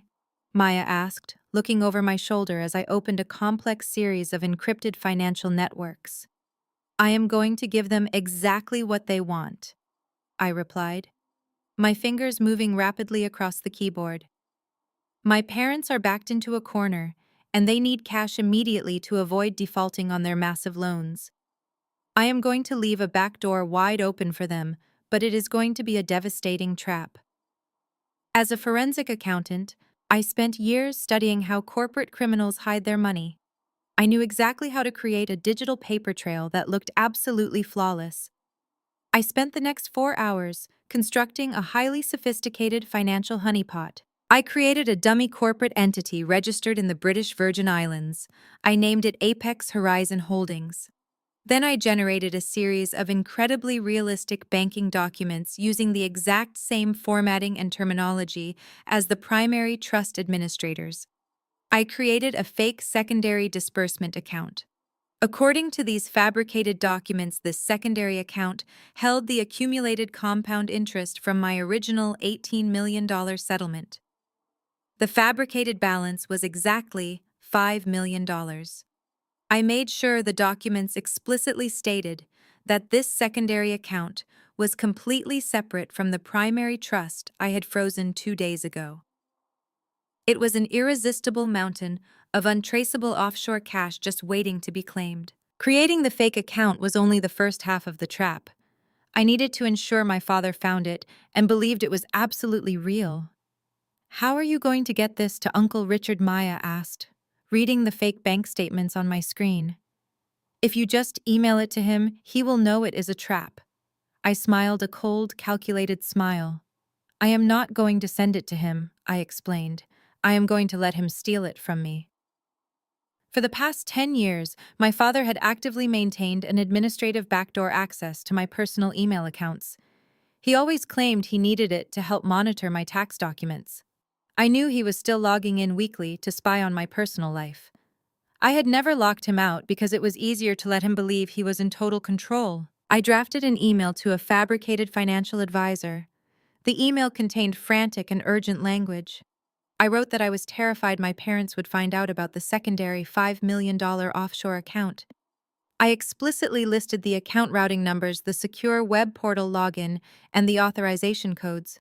I added a panicked sentence stating that the funds needed to be transferred to a new secure domestic account by the end of the week before my parents could access them using their old conservatorship documentation. I hit send deliberately, leaving the sent email sitting right at the top of my compromised inbox. "Now we wait," I said, closing the laptop. Maya looked at me with a mixture of awe and slight fear. "Charmaine, if they try to access that account, They will be committing international bank fraud, she said. I nodded slowly. Exactly. What they did to me 25 years ago was awful. But the statute of limitations on most of those crimes has already expired. Forging my signature on the apartment loan was state-level fraud, but they could try to blame it on a bad mortgage broker. I need them to commit a brand new, undeniable federal crime right now. I need them to actively initiate a fraudulent wire transfer across international borders using stolen credentials. That is federal wire fraud. It carries a mandatory prison sentence and it triggers an immediate investigation by the Federal Bureau of Investigation. We spent the next day waiting in agonizing suspense. I set up a digital tripwire on the fake portal designed to alert my phone the second someone attempted to log in using the credentials I leaked. Friday morning arrived with heavy rain pouring against my windows. My right arm throbbed relentlessly, reminding me of the physical violence starting this chain of events. At exactly 2 in the afternoon, my phone screen lit up. A loud alarm echoed through the quiet kitchen. Maya stopped pacing and rushed over to the island. I unlocked the screen and opened the security portal. A flashing red notification confirmed someone accessed the dummy offshore account. I checked the associated internet protocol address. The location pinged directly back to the wireless router sitting in the living room of my parents' mansion in Fairfield. They took the bait. They were logging in. I watched the live data as my greedy father initiated the fraudulent wire transfer request. The cursor blinked rhythmically on my computer screen as the digital keystrokes registered in real time. My father was typing with frantic speed. I could almost picture him sitting at his mahogany desk, sweating through his expensive dress shirt, while Marcus hovered over his shoulder demanding he move faster. The fake financial portal I built was designed to mirror a high-security banking interface perfectly. It prompted him for a secondary authorization code. I held my breath as the system paused. If he backed out now, the trap would fail. But greedy people do not possess caution when millions of dollars are dangling right in front of them. He entered the stolen secondary password he had skimmed from my compromised email account. The screen flashed green, verifying the stolen credentials. Maya gripped the edge of the kitchen island, her knuckles turning completely white. "Are they really going to do it?" she whispered, staring at the progress bar loading on the screen. "They are transferring the entire $5 million. I watched as my father manually typed out the routing number for Marcus' offshore holding account. He was bypassing the family trust entirely and trying to funnel the fabricated wealth directly into his golden child personal pocket. This was the ultimate betrayal. He was not just stealing to maintain their lavish lifestyle, he was actively trying to hide the final massive payout from any potential legal audits. The system prompted him for a final digital signature. This was the most crucial moment of the trap. In order to initiate an international wire transfer of this magnitude, the primary account holder must legally authorize the explicit release of funds. My father did not hesitate for a single second. He typed my full legal name, checking the box that certified under penalty of perjury that he was the authorized account holder. He clicked the submit button. A massive red banner suddenly dropped across my monitoring screen. The word "captured" flashed in bold white letters. The trap had slammed shut with brutal mathematical precision. I let out a long, heavy breath I did not even realize I was holding. "We got them!" "Maya," I said, my voice trembling with a mixture of dark triumph and profound sadness. The digital tripwire executed perfectly. The system automatically generated a comprehensive evidence packet. It recorded their exact internet protocol address, the precise geographic coordinates of the router, the stolen passwords they utilized, and the fraudulent electronic signature.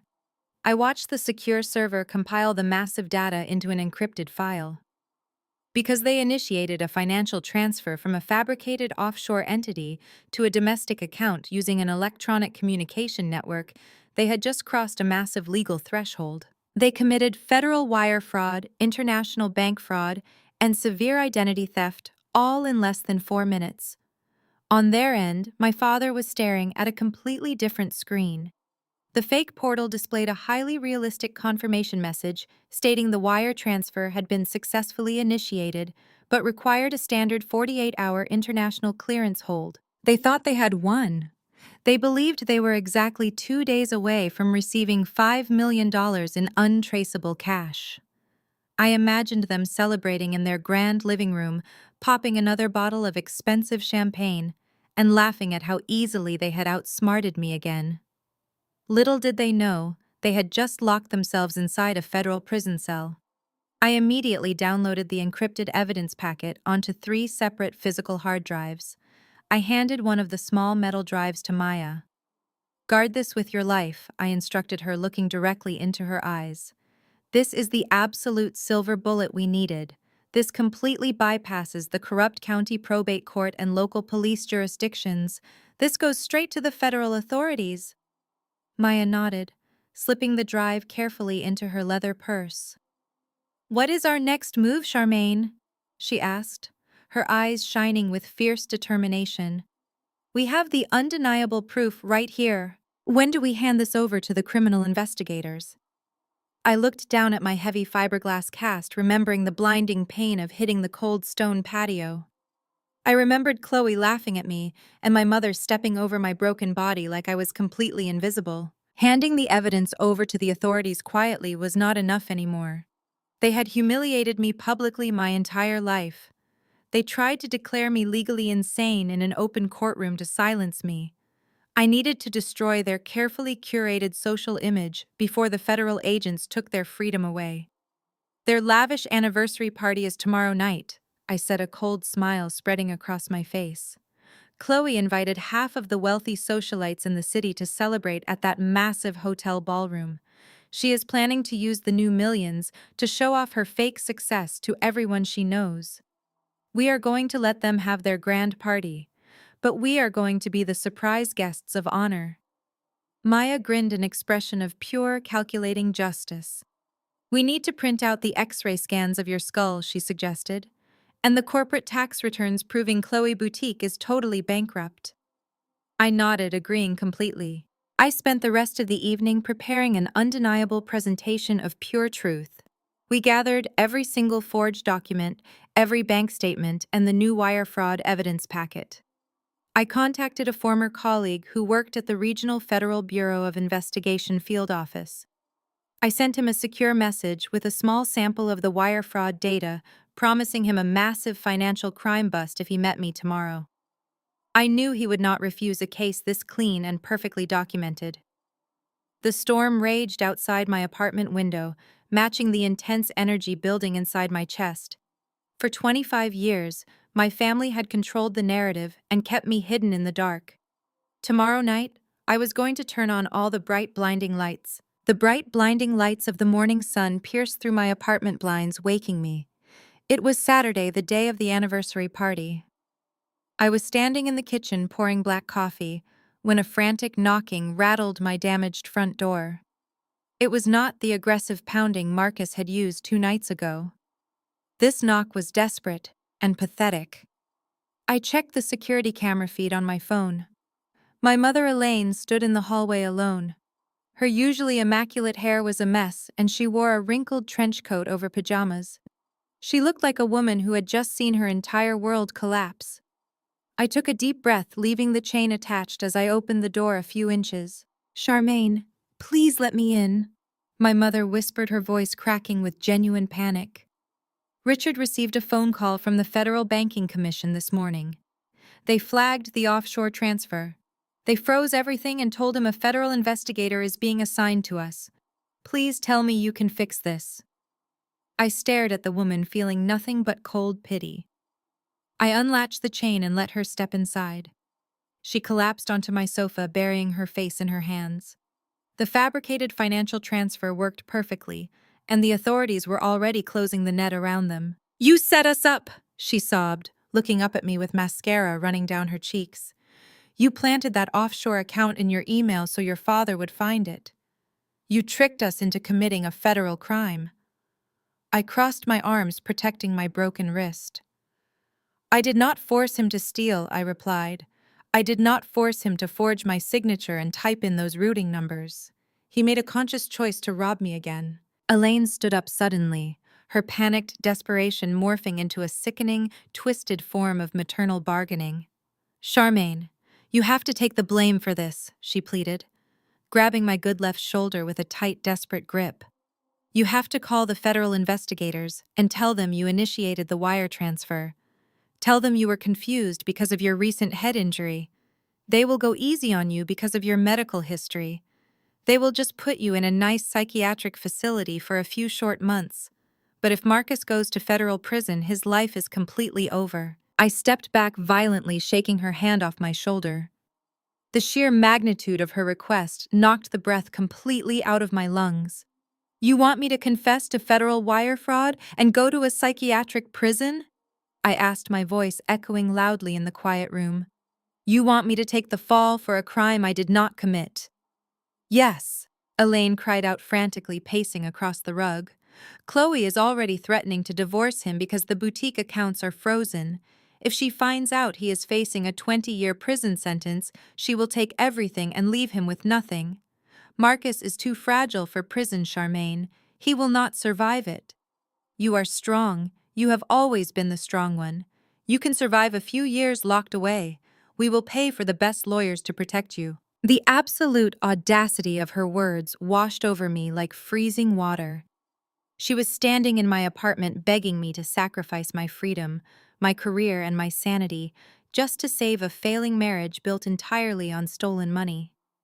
I slowly reached into the deep pocket of my morning robe and pressed the record button on my cell phone, capturing every single word of her vile proposition. You are asking me to destroy my entire life to save a brother who pushed me down a flight of stone stairs, I stated clearly, ensuring the hidden microphone picked up the full context. Yes, my mother wailed, falling to her knees on my living room rug. I am begging you as your own mother. I gave you life, Charmaine. You owe me this sacrifice. I looked down at the pathetic weeping woman sobbing at my feet. The very final thread of my familial guilt snapped, completely severing the toxic bond forever. You did not give me life, Elaine, I said, staring blankly at the top of her messy head. You gave me a fractured skull and 25 years of psychological torment. You treated my childhood trauma like a personal bank account, and now that the bank is permanently closed, you want to sell my freedom to pay off your criminal debts. Get out of my apartment right now. She looked up, her eyes widening in absolute shock. She expected me to yield because I had always yielded to her demands when I was a helpless child. But you have to save him, she whispered weakly. I walked over to the splintered front door and pulled it wide open. If you do not leave this building in exactly 10 seconds, I will call the police and have you arrested for trespassing. I warned, my voice dangerously low. I will see you and your precious golden boy at the grand anniversary party tonight. Tell Chloe to wear something incredibly expensive. My mother scrambled to her feet, her face pale with absolute terror. She stumbled out into the hallway without looking back once. I slammed the heavy door shut and locked the deadbolt tight. The ultimate betrayal had finally set me completely free. I walked back into my quiet bedroom and pulled out the blood-red silk dress I had bought specifically for tonight. There was no more sadness left inside my broken heart. The tears were completely gone forever. I was totally ready to burn their corrupt empire directly to the ground without any mercy. I grabbed my purse containing the physical hard drive of evidence. The federal agent was already waiting for my signal. I stared at myself in the mirror, feeling completely powerful. I grabbed my car keys and walked out of my apartment building with a renewed sense of absolute purpose. Maya was already idling by the curb in her sleek black sedan. She took one look at my crimson silk dress and the cold determination in my eyes and gave a slow, approving nod. We are making a quick detour before we meet the federal agent, I told her, settling into the passenger seat. Take me to the shopping district. I need to visit a certain luxury boutique. Maya smiled dangerously and pressed her foot hard on the gas pedal. The drive across town took 20 minutes. Chloe Boutique was nestled in the center of an upscale outdoor retail pavilion surrounded by high-end designer stores and expensive cafes. The storefront featured massive glass windows displaying imported silk scarves and ridiculously overpriced leather handbags. A delicate gold sign above the door read, Chloe Royale. It was the perfect physical manifestation of her entirely fake personality. I stepped out of the car feeling the cool afternoon breeze brush against my face. My heavy fiberglass cast was hidden neatly beneath a stylish black cashmere shawl. I pushed open the heavy glass door and a small silver bell chimed softly announcing my arrival. The interior of the boutique smelled like expensive lavender perfume and desperation. Chloe was standing near the marble checkout counter, surrounded by 4 women. These were her elite wealthy friends, the same women who constantly looked down their noses at anyone who did not summer in the Hamptons or drive a European sports car. They were holding delicate crystal flutes of expensive champagne, laughing loudly at something Chloe had just said. Chloe was wearing a pristine white designer suit, looking incredibly smug. She was already celebrating the $5 million she believed was currently clearing through the international banking system. When she heard the door chime, she turned around with a bright, practiced smile that instantly vanished the second she saw my face. Her pale skin flushed an ugly shade of blotchy red. "Charmaine," she hissed, her voice dropping to a frantic whisper as she quickly stepped away from her wealthy friends. "What are you doing here? You need to leave my store immediately." The other women turned to look at me, their eyes sweeping critically over my red dress and the black shawl draped over my broken arm. I did not break eye contact with my sister-in-law. I walked slowly across the polished hardwood floor, my heels clicking sharply, echoing in the quiet luxury store. "I am just doing some light weekend shopping, Chloe," I replied, my voice perfectly calm and pleasant. "I wanted to see the brilliant business empire my family has been funding all these years." Chloe swallowed hard, her eyes darting nervously back toward her friends, who were now watching the exchange with undisguised curiosity. "Keep your voice down, Charmaine," she warned through gritted teeth, stepping directly into my path to block my access to the rest of the store. I smiled, letting a cold, calculating silence stretch between us for a few agonizing seconds. I reached into my designer purse with my good left hand and pulled out a thick stack of papers stapled neatly together. I did not keep my voice down at all. "Actually, Chloe, I brought you some highly important paperwork," I announced, projecting my voice so every single woman in the room could hear me perfectly clear. "I found your commercial lease agreement and your latest corporate tax returns." The tall blonde woman standing closest to the counter raised a perfectly manicured eyebrow, taking a small sip of her champagne. I casually tossed the thick stack of papers onto the pristine marble counter right next to the cash register. "It turns out this luxury boutique has not made a single dollar in profit since the day it opened," I continued, walking slowly around the counter. "In fact, you owe your commercial landlord $75,000 in back rent. He filed a formal eviction notice yesterday morning." The women gasped softly, looking at the papers, and then staring in pure shock at Chloe. "That is a complete lie," Chloe shrieked, her voice cracking with sheer panic as she lunged forward to grab the papers. But the blonde woman had already picked them up. Her eyes scanned the bold red eviction stamp on the first page. "It is not a lie," I said, turning to face her elite social circle. "My parents have been secretly draining my childhood medical settlement for years to pay her rent and buy her inventory. Every single piece of clothing in this store was purchased using the compensation money for my traumatic brain injury. She is completely broke, and her business is a massive, embarrassing fraud." The boutique was silent, except for the soft ambient music playing from the ceiling speakers.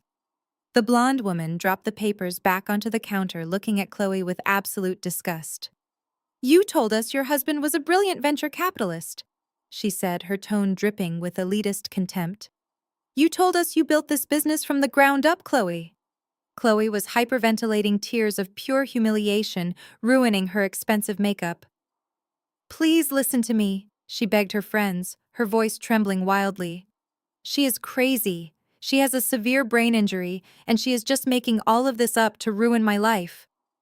But the undeniable proof was sitting right there on the marble counter.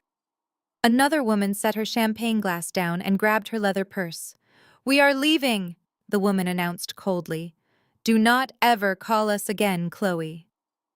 The four women walked out of the store without looking back, leaving Chloe standing alone in the ruins of her fake social empire. I adjusted my black cashmere shawl and walked toward the glass door. "I will see you at the anniversary party tonight, Chloe," I said softly. "I cannot wait to celebrate your successful marriage." I walked out into the bright afternoon sunlight, feeling a profound sense of satisfaction. Maya was waiting in the car with the engine running. As I slid into the passenger seat, she looked at my calm expression and let out a breathless laugh. "You completely destroyed her," Maya said, putting the car into gear. I shook my head, adjusting the seatbelt over my cast. "No," I replied, staring out the window as we drove away from the upscale shopping center. "I just handed her the mirror." Chloe destroyed herself the moment she decided to finance her arrogance with my trauma. "Now, take us to the federal building. It is time to hand over the final nail in their coffin." The drive to the Federal Bureau of Investigation field office took another 30 minutes. We pulled into a secure underground parking garage beneath a massive glass and steel building. My former colleague, Special Agent Thomas, was waiting for us near the security checkpoint. Thomas and I had worked together on a massive corporate embezzlement case 5 years ago. He was a tall, no-nonsense investigator who appreciated pristine financial ledgers above all else. When I had texted him earlier about a $5 million international wire fraud, he cleared his entire afternoon schedule. "Charmaine," he said, extending a hand as we approached the security desk. "It is good to see you again, although I wish it were under better circumstances." I shook his hand with my good left arm. "Thank you for meeting me on such short notice, Thomas. This is my cousin Maya. She works in hospital risk management and has been instrumental in pulling the medical records." Thomas nodded respectfully, leading us through the metal detectors and into a quiet, secure conference room on the 5th floor.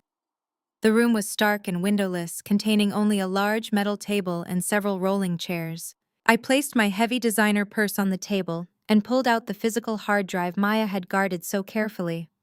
I also brought out the thick physical files containing the forged mortgage documents, the fake tax returns, and the hospital x-rays. I laid them out in perfect chronological order across the cool metal surface. Thomas sat across from us, opening a fresh legal pad. "Walk me through it from the beginning," he instructed, clicking his pen. "Keep it clinical, Charmaine." I took a deep breath and began the most important forensic presentation of my entire career. I started 25 years ago with the commercial truck accident and the $18 million irrevocable medical trust fund. I showed him the pediatric surgical logs and the x-rays proving my parents had actively concealed my severe traumatic brain injury. Then I moved into the financial parasitism. I traced the massive cash withdrawals used to buy their luxury mansion and fund Marcus' completely useless lifestyle. I showed him the fake healthcare consulting shell company they used to launder the trust fund distributions and evade federal taxes. Thomas took rapid, detailed notes, his expression growing darker by the minute. "This is incredibly brazen," he muttered, examining the forged apartment loan documents. "They cross-collateralized a multi-million-dollar commercial loan against your primary residence, using your medical trust as the backing asset. And they forged your signature to do it." "Exactly," I said, tapping the crisp white paper. "But that is just state-level fraud. I knew you needed something bigger to act immediately. That is why I set a trap yesterday afternoon." I slid the small metal hard drive across the table. "That drive contains the digital forensics of a $5 million international wire fraud," I explained. "I created a dummy offshore account in the British Virgin Islands. My father accessed it using a stolen password from my compromised email account. He deliberately initiated a wire transfer to a private holding company controlled by Marcus, bypassing the medical trust entirely. The drive contains his exact internet protocol address, the geographic coordinates of his router, and the fraudulent electronic signature he submitted under penalty of perjury." Thomas plugged the drive into his secure laptop. He spent the next 15 minutes scrolling through the encrypted evidence packet in total silence. Maya and I sat perfectly still, watching the glow of the screen reflect in his eyes. Finally, Thomas slowly closed the laptop and looked up at me. He looked genuinely astonished. "Charmaine." This is a completely ironclad federal case, he stated firmly. You handed me a perfectly wrapped gift. They committed international wire fraud, identity theft, and massive tax evasion. The paper trail is absolutely flawless. Can you arrest them today? Maya asked, leaning forward anxiously. The wire transfer crossed international lines an hour ago. Thomas nodded, picking up his desk phone. I can get a federal magistrate to sign the arrest warrants within the hour. Where are Richard and Marcus Wilson right now? I smiled, feeling the adrenaline rush through my veins. They are currently getting dressed in very expensive suits, I replied. Tonight is Marcus and Chloe's 5th wedding anniversary. They rented the grand ballroom at the Downtown Plaza Hotel. There will be hundreds of wealthy guests, a live band, and a massive champagne fountain. They think they are celebrating their new $5 million windfall. Thomas slowly lowered the phone, a small professional smile tugging at the corner of his mouth. A public ballroom full of high society witnesses. That sounds like a highly secure location to execute a federal arrest warrant. He pressed a button on his phone connecting to his field supervisor. We are going to need a tactical white-collar team at the Downtown Plaza Hotel tonight, he ordered. We spent the following 2 hours finalizing the required witness statements and carefully signing the official federal affidavits. By the time Maya and I departed the federal building, the sun was setting over the busy city skyline. I felt completely ready to face my terribly abusive family at the grand celebration event tonight. The Downtown Plaza Hotel was a towering monument to old money and extravagant luxury. Valets in crisp white uniforms rushed to open the doors of expensive imported luxury vehicles. Maya handed her car keys to an attendant, and we walked up the wide marble steps together. The heavy double doors swung open, revealing a grand lobby, decorated with massive floral arrangements and glowing crystal chandeliers. I adjusted my black cashmere shawl, making sure it completely covered the thick fiberglass cast on my right arm. My crimson silk dress flowed elegantly around my legs, making me feel like a dangerous predator walking directly into a cage full of completely unsuspecting prey. We followed the gilded signs pointing toward the grand ballroom. The muffled sound of a live jazz band echoed down the long carpeted hallway. We reached the entrance of the ballroom and handed our coats to the attendant. Nobody tried to stop us. Chloe had undoubtedly given strict instructions to security to keep me out, but my parents had always conditioned the staff at these events to avoid causing a scene. We walked past the heavy velvet curtains and stepped into the massive room. The sheer scale of the financial waste was absolutely breathtaking. A towering champagne fountain bubbled in the center of the room, surrounded by tables draped in gold silk. Waiters carried silver trays loaded with expensive caviar and gourmet appetizers. Hundreds of wealthy guests, dressed in designer gowns and tailored tuxedos, laughed loudly, totally ignorant of the massive criminal fraud funding their elegant evening. I scanned the crowded room and quickly spotted my completely delusional family holding court near the main stage. Marcus was wearing a custom-tailored tuxedo, holding a crystal glass of scotch, and laughing boisterously at a joke someone had just made. He looked incredibly relaxed, for a man who had tried to break down my apartment door like a violent maniac just 2 nights ago. Chloe stood right next to him, wearing a glittering silver dress that probably cost more than my entire college tuition. She was showing off a massive diamond necklace to a group of women who looked exactly like the friends she had alienated at her boutique earlier today. My parents, Richard and Elaine, hovered nearby, playing the role of proud, wealthy benefactors. They were all celebrating the $5 million they thought was sitting safely in an offshore account right now. Maya leaned close to my ear, her eyes scanning the layout of the massive room. The audio-visual booth is elevated in the back corner, she whispered, pointing discreetly toward a small, dark balcony overlooking the dance floor. The projector screens are currently looping a slideshow of their wedding photos. Give me exactly 5 minutes to connect my laptop to their main display system. When you take the microphone, I will have the financial documents and your hospital scans loaded and ready to broadcast to the entire room. I nodded, slipping my good left hand into my purse to pull out a small, folded piece of paper containing my precise talking points. "Go," I said softly. "I will make my way to the stage, right now." Maya slipped away into the wealthy crowd, moving quietly toward the back stairs. I took a deep breath, letting the cold, calculating anger completely wash away any remaining traces of anxiety. I walked slowly through the center of the ballroom, ignoring the curious stares of the guests, who recognized me as the estranged sister. I moved with absolute purpose. I passed the towering champagne fountain and gracefully navigated around the large circular tables. The live jazz band was playing a lively, upbeat tempo, keeping the energy in the room light and celebratory. As I approached the front of the room, my mother finally noticed me. Elaine was taking a sip of her white wine when her eyes locked onto my crimson dress.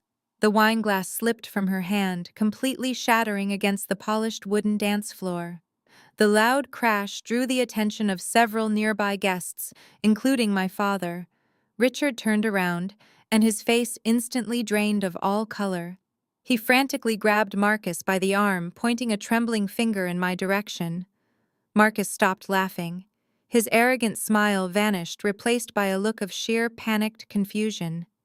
He whispered something to Chloe, who spun around so fast, her expensive silver dress flared out around her legs. I did not stop walking. I did not break eye contact with any of them. I stepped gracefully up the short wooden stairs leading directly onto the main stage. The lead singer of the jazz band, a tall man in a sharp suit, looked at me in surprise as I approached his microphone stand. "Excuse me," I said, my voice firm and commanding. "I need to make a very special anniversary toast for my brother and my sister-in-law." The singer hesitated, looking out at the wealthy crowd and then back at my confident expression. Assuming I was simply a loving family member ready to deliver a planned speech, he politely stepped aside and handed me the heavy silver microphone. I wrapped my fingers tightly around the cold metal. I looked out over the sea of faces, watching the murmurs ripple through the massive crowd. My family stood frozen near the front row, completely trapped by the social etiquette they valued more than human life. If they tried to drag me off the stage right now, they would cause a massive, humiliating scene in front of their elite peers. They could do nothing but watch. I looked up at the dark audio-visual booth and saw a small green laser pointer flash briefly against the back wall.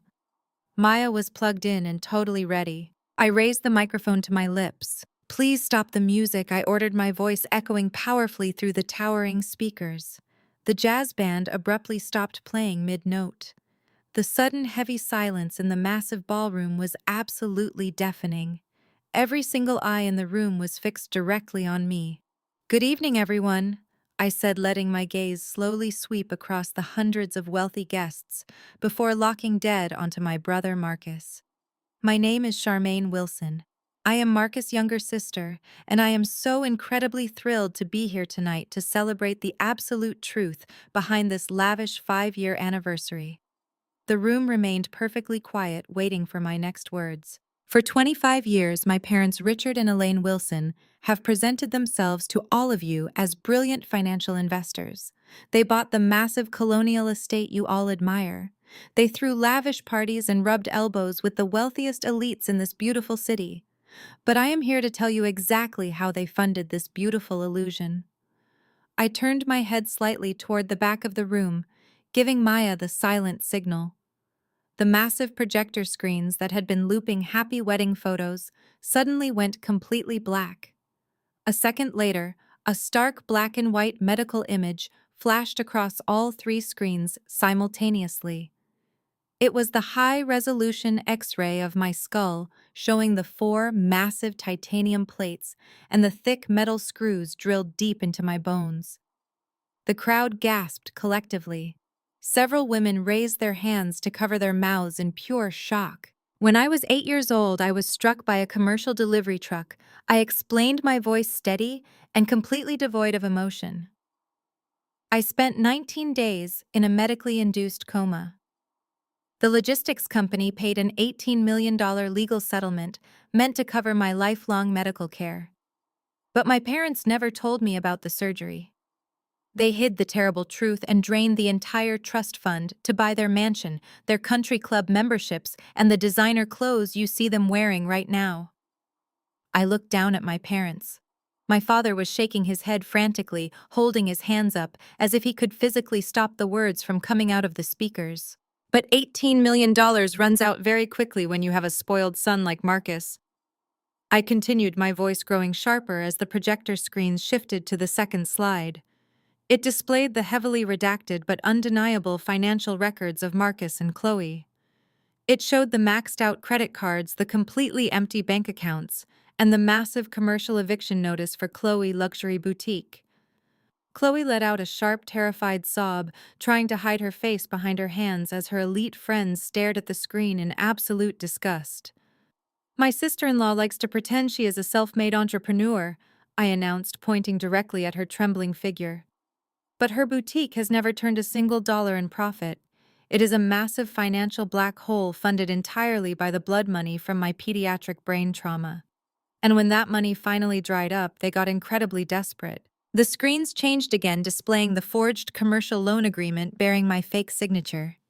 3 years ago, my parents forged my name to take out a $2.5 million loan against my personal apartment just to keep funding Marcus and Chloe. They mortgaged my small home behind my back to pay for this exact extravagant anniversary party tonight. The murmurs in the ballroom escalated into loud, outraged whispers. The wealthy guests, who prided themselves on their genuine success, were looking at my family like they were absolute toxic garbage. Marcus' face was purple with rage. He took an aggressive step toward the stage, his fists clenched tightly at his sides. "Shut the microphone off," he screamed at the hotel staff standing paralyzed near the walls. "She is completely crazy. She is a delusional liar." I did not flinch. I just smiled a cold, completely unforgiving smile. "Am I lying, Marcus?" I asked loudly, cutting through his pathetic shouting. "Let us show everyone exactly how a golden child handles being cut off from his endless allowance." Maya initiated the final sequence. The screens flickered and high-definition video footage began to play. It was the security camera footage from my parents' own backyard patio, perfectly capturing the barbecue incident from last weekend. The video played in complete silence, but the visual was absolutely devastating. It showed me standing peacefully near the stone steps, holding a tray of drinks. It showed Marcus heavily intoxicated and aggressive, stomping up to me. And then it showed the violent, horrific shove. The crowd watched in stunned silence as my body flew backward, twisting violently before crashing hard onto the stone pavement. A collective scream echoed through the elegant ballroom as the terrible impact registered. The footage looped endlessly, showing my mother deliberately stepping over my broken body to hand Chloe a fresh napkin while I writhed in pure agony on the ground. "You pushed me down those stairs just to impress your wife," I said, lifting my right arm to clearly show the heavy fiberglass cast to the entire room. "You shattered my radius and nearly dislodged the titanium plates keeping my fragile spine intact. If I had hit the stone just 1 inch to the left, you would have paralyzed me permanently." "That is exactly who you are, Marcus. You are a violent, greedy coward who attacks defenseless women when he does not get his way." The ballroom erupted into chaos. The polite social facade of the evening was destroyed.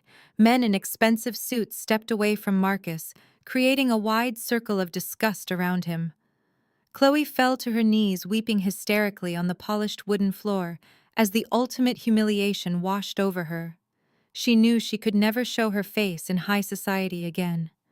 My mother, Elaine, tried to reach out to the wealthy friends she had spent decades trying to impress, but they turned their backs on her simultaneously. "You are ruined, Charmaine." My father screamed, his voice cracking with terror. "You just destroyed your own family. You are a monster." I looked down at him, feeling the heavy weight of 25 years of abuse vanish from my shoulders.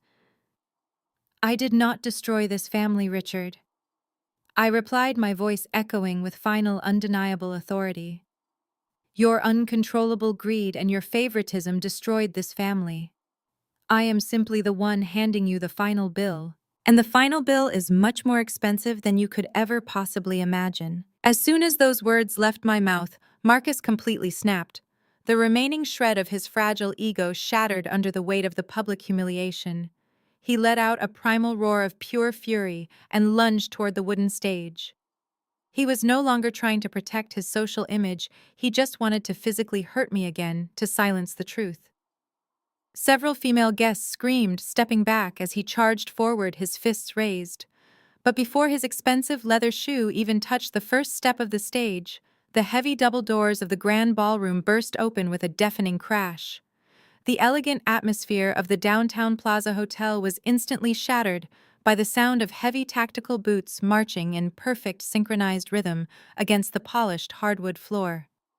Federal agents wearing dark tactical vests with the letters FBI emblazoned in bright yellow across their chests flooded into the massive room. The wealthy elite guests, who had just been sipping champagne and eating caviar, immediately scrambled out of the way, pressing their backs against the gold silk walls in absolute terror. Special Agent Thomas walked right down the center aisle, completely ignoring the gasps and panicked whispers of the high society crowd. He was flanked by 6 heavily armed agents, their hands resting firmly on their utility belts. Marcus froze in his tracks midway to the stage, his aggressive posture crumbling into sheer panic as he realized the federal agents were walking directly toward him. Richard Wilson, Marcus Wilson, and Elaine Wilson. Special Agent Thomas announced, his deep voice projecting across the silent ballroom with undeniable authority. You are all under arrest for international wire fraud, identity theft, and criminal tax evasion. Do not move from your current positions. My father Richard physically collapsed. His knees buckled entirely, and he fell against a cocktail table, sending crystal glasses crashing to the floor. He raised his hands in a pathetic gesture of surrender, his face completely drained of blood. There has been a terrible misunderstanding, he stammered weakly, his voice cracking as 2 federal agents grabbed his arms and forcefully pulled them behind his back. I am a respected businessman. I have a lawyer. You have the right to remain silent, Thomas replied coldly, pulling out a pair of heavy steel handcuffs. I highly suggest you exercise that right immediately, Mr. Wilson, because we have the digital forensics of the $5 million offshore wire transfer you initiated exactly 7 hours ago. The loud metallic click of the handcuffs locking around my father's wrists echoed sharply through the quiet room. My mother Elaine began to scream hysterically. She thrashed against the female agent trying to detain her, weeping and pleading with the wealthy guests to help her. Please, someone call the governor, she wailed, her expensive makeup smearing across her face. We are good people. We belong to the same country club. But the elite crowd simply stared back at her with expressions of pure disgust and absolute contempt. Nobody moved a single muscle to help her. Marcus, however, was not willing to surrender quietly.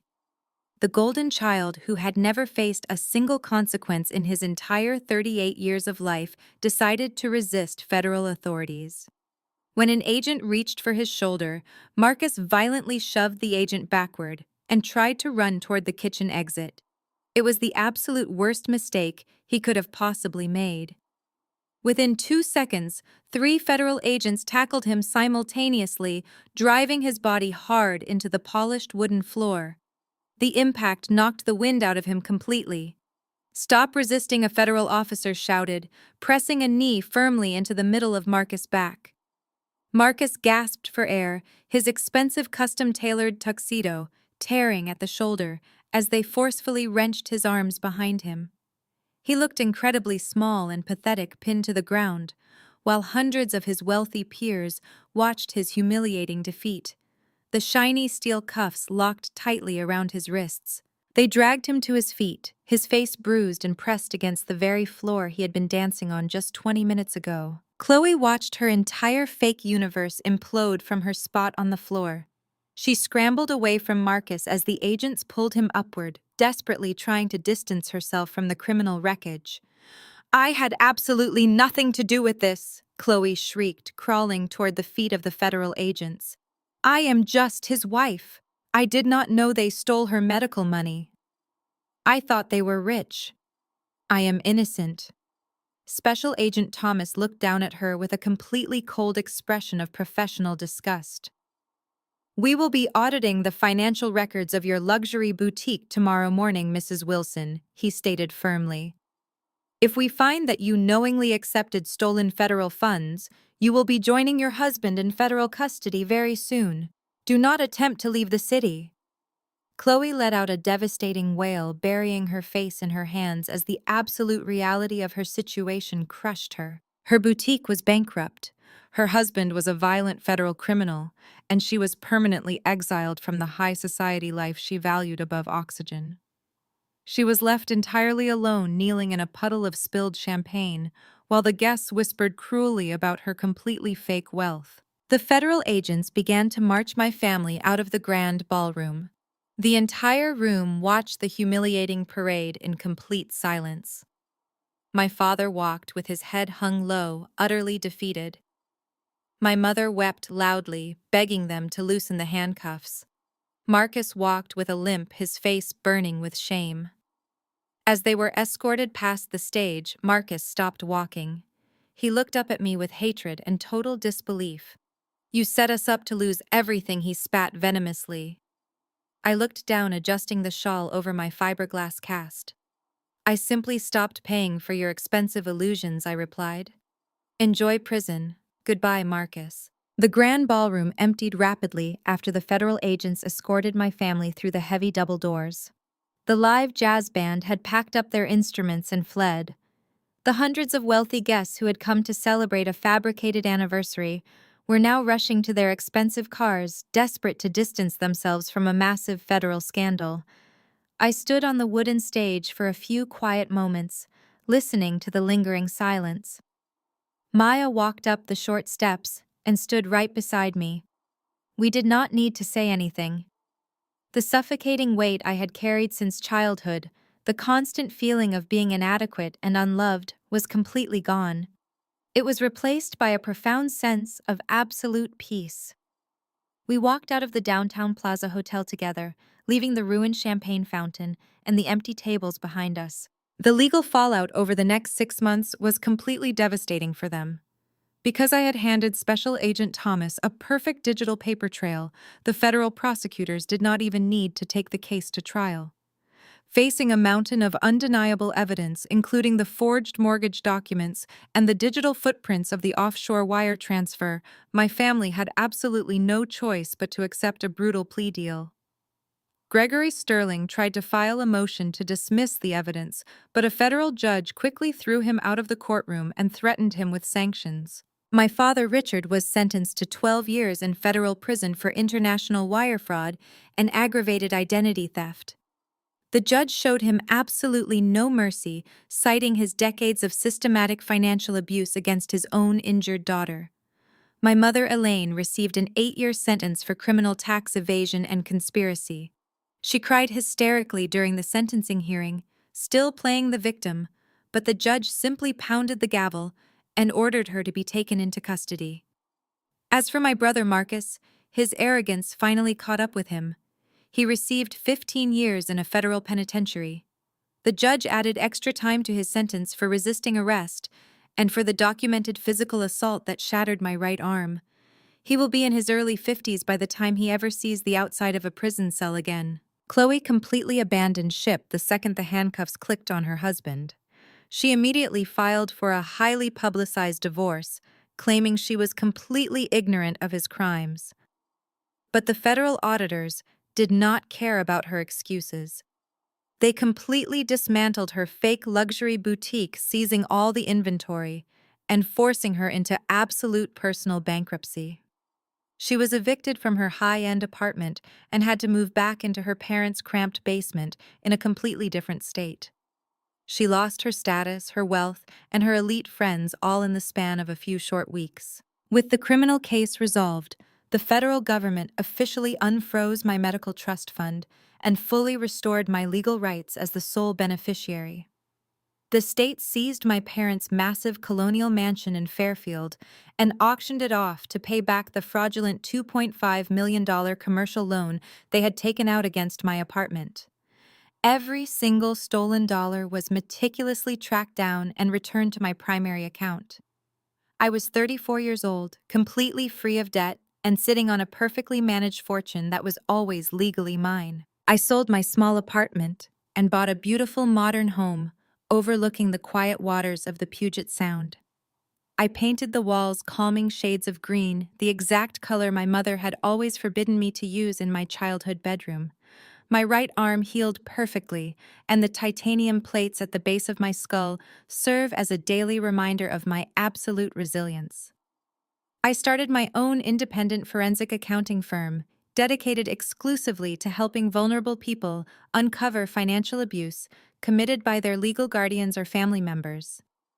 Maya joined my firm as the primary risk management director, and we have already helped dozens of clients reclaim their stolen futures. Sometimes I sit on my back porch listening to the ocean waves and reflect on the incredibly painful journey that brought me here.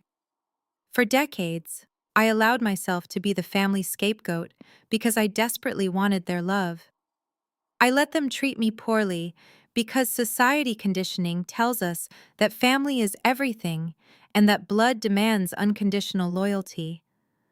But loyalty should never require you to sacrifice your own safety, your sanity, or your financial independence. If you are watching this and you feel like a constant victim in your own family, I need you to listen to me very carefully. You are not obligated to set yourself on fire simply to keep toxic family members warm. A shared last name does not give anyone the right to abuse you physically, emotionally, or financially. If they are willing to step over your broken body to maintain their illusions of grandeur, they do not deserve your presence in their life. You must stand up and fight for your own worth, even if it means standing completely alone at first. Gather your evidence, build your fortress, and never be afraid to expose the absolute truth.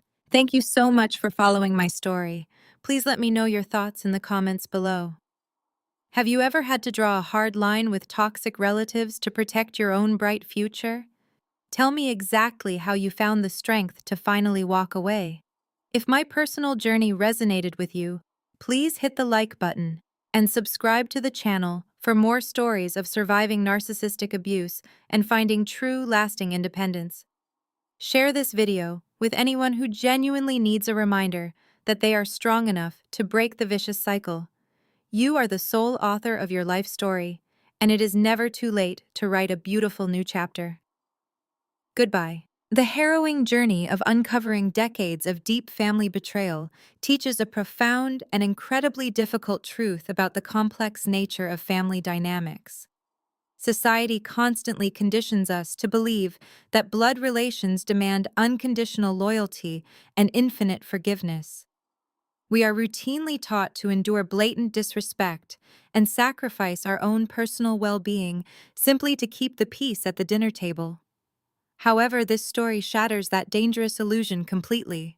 The most critical lesson learned is that shared biology does not grant anyone a free pass to exploit your vulnerabilities or dismantle your future. When the very people who are supposed to protect you decide to actively weaponize your trauma for their own selfish financial gain, the obligation to remain loyal dissolves entirely. We often trap ourselves in the exhausting role of the family scapegoat because we desperately crave love and validation from those who are fundamentally incapable of providing it. We accept pathetic crumbs of affection while they quietly drain our physical resources and crush our spirit. Realizing that you can never heal in the exact same toxic environment that broke you is a painful but absolutely necessary awakening. True liberation begins the moment you stop waiting for an apology that will never come and start taking actionable steps to protect your life. Reclaiming your independence and your financial stability is not an act of betrayal against your family. It is an act of profound loyalty to yourself. You have the absolute right to expose the truth and walk away from abusers regardless of the titles they hold in your family tree. Healing requires stepping out of the shadows of manipulation to build a beautiful life based entirely on your authentic truth. If you are currently feeling trapped by the toxic expectations of your relatives, take that first brave step today to set your boundaries and prioritize your own peace.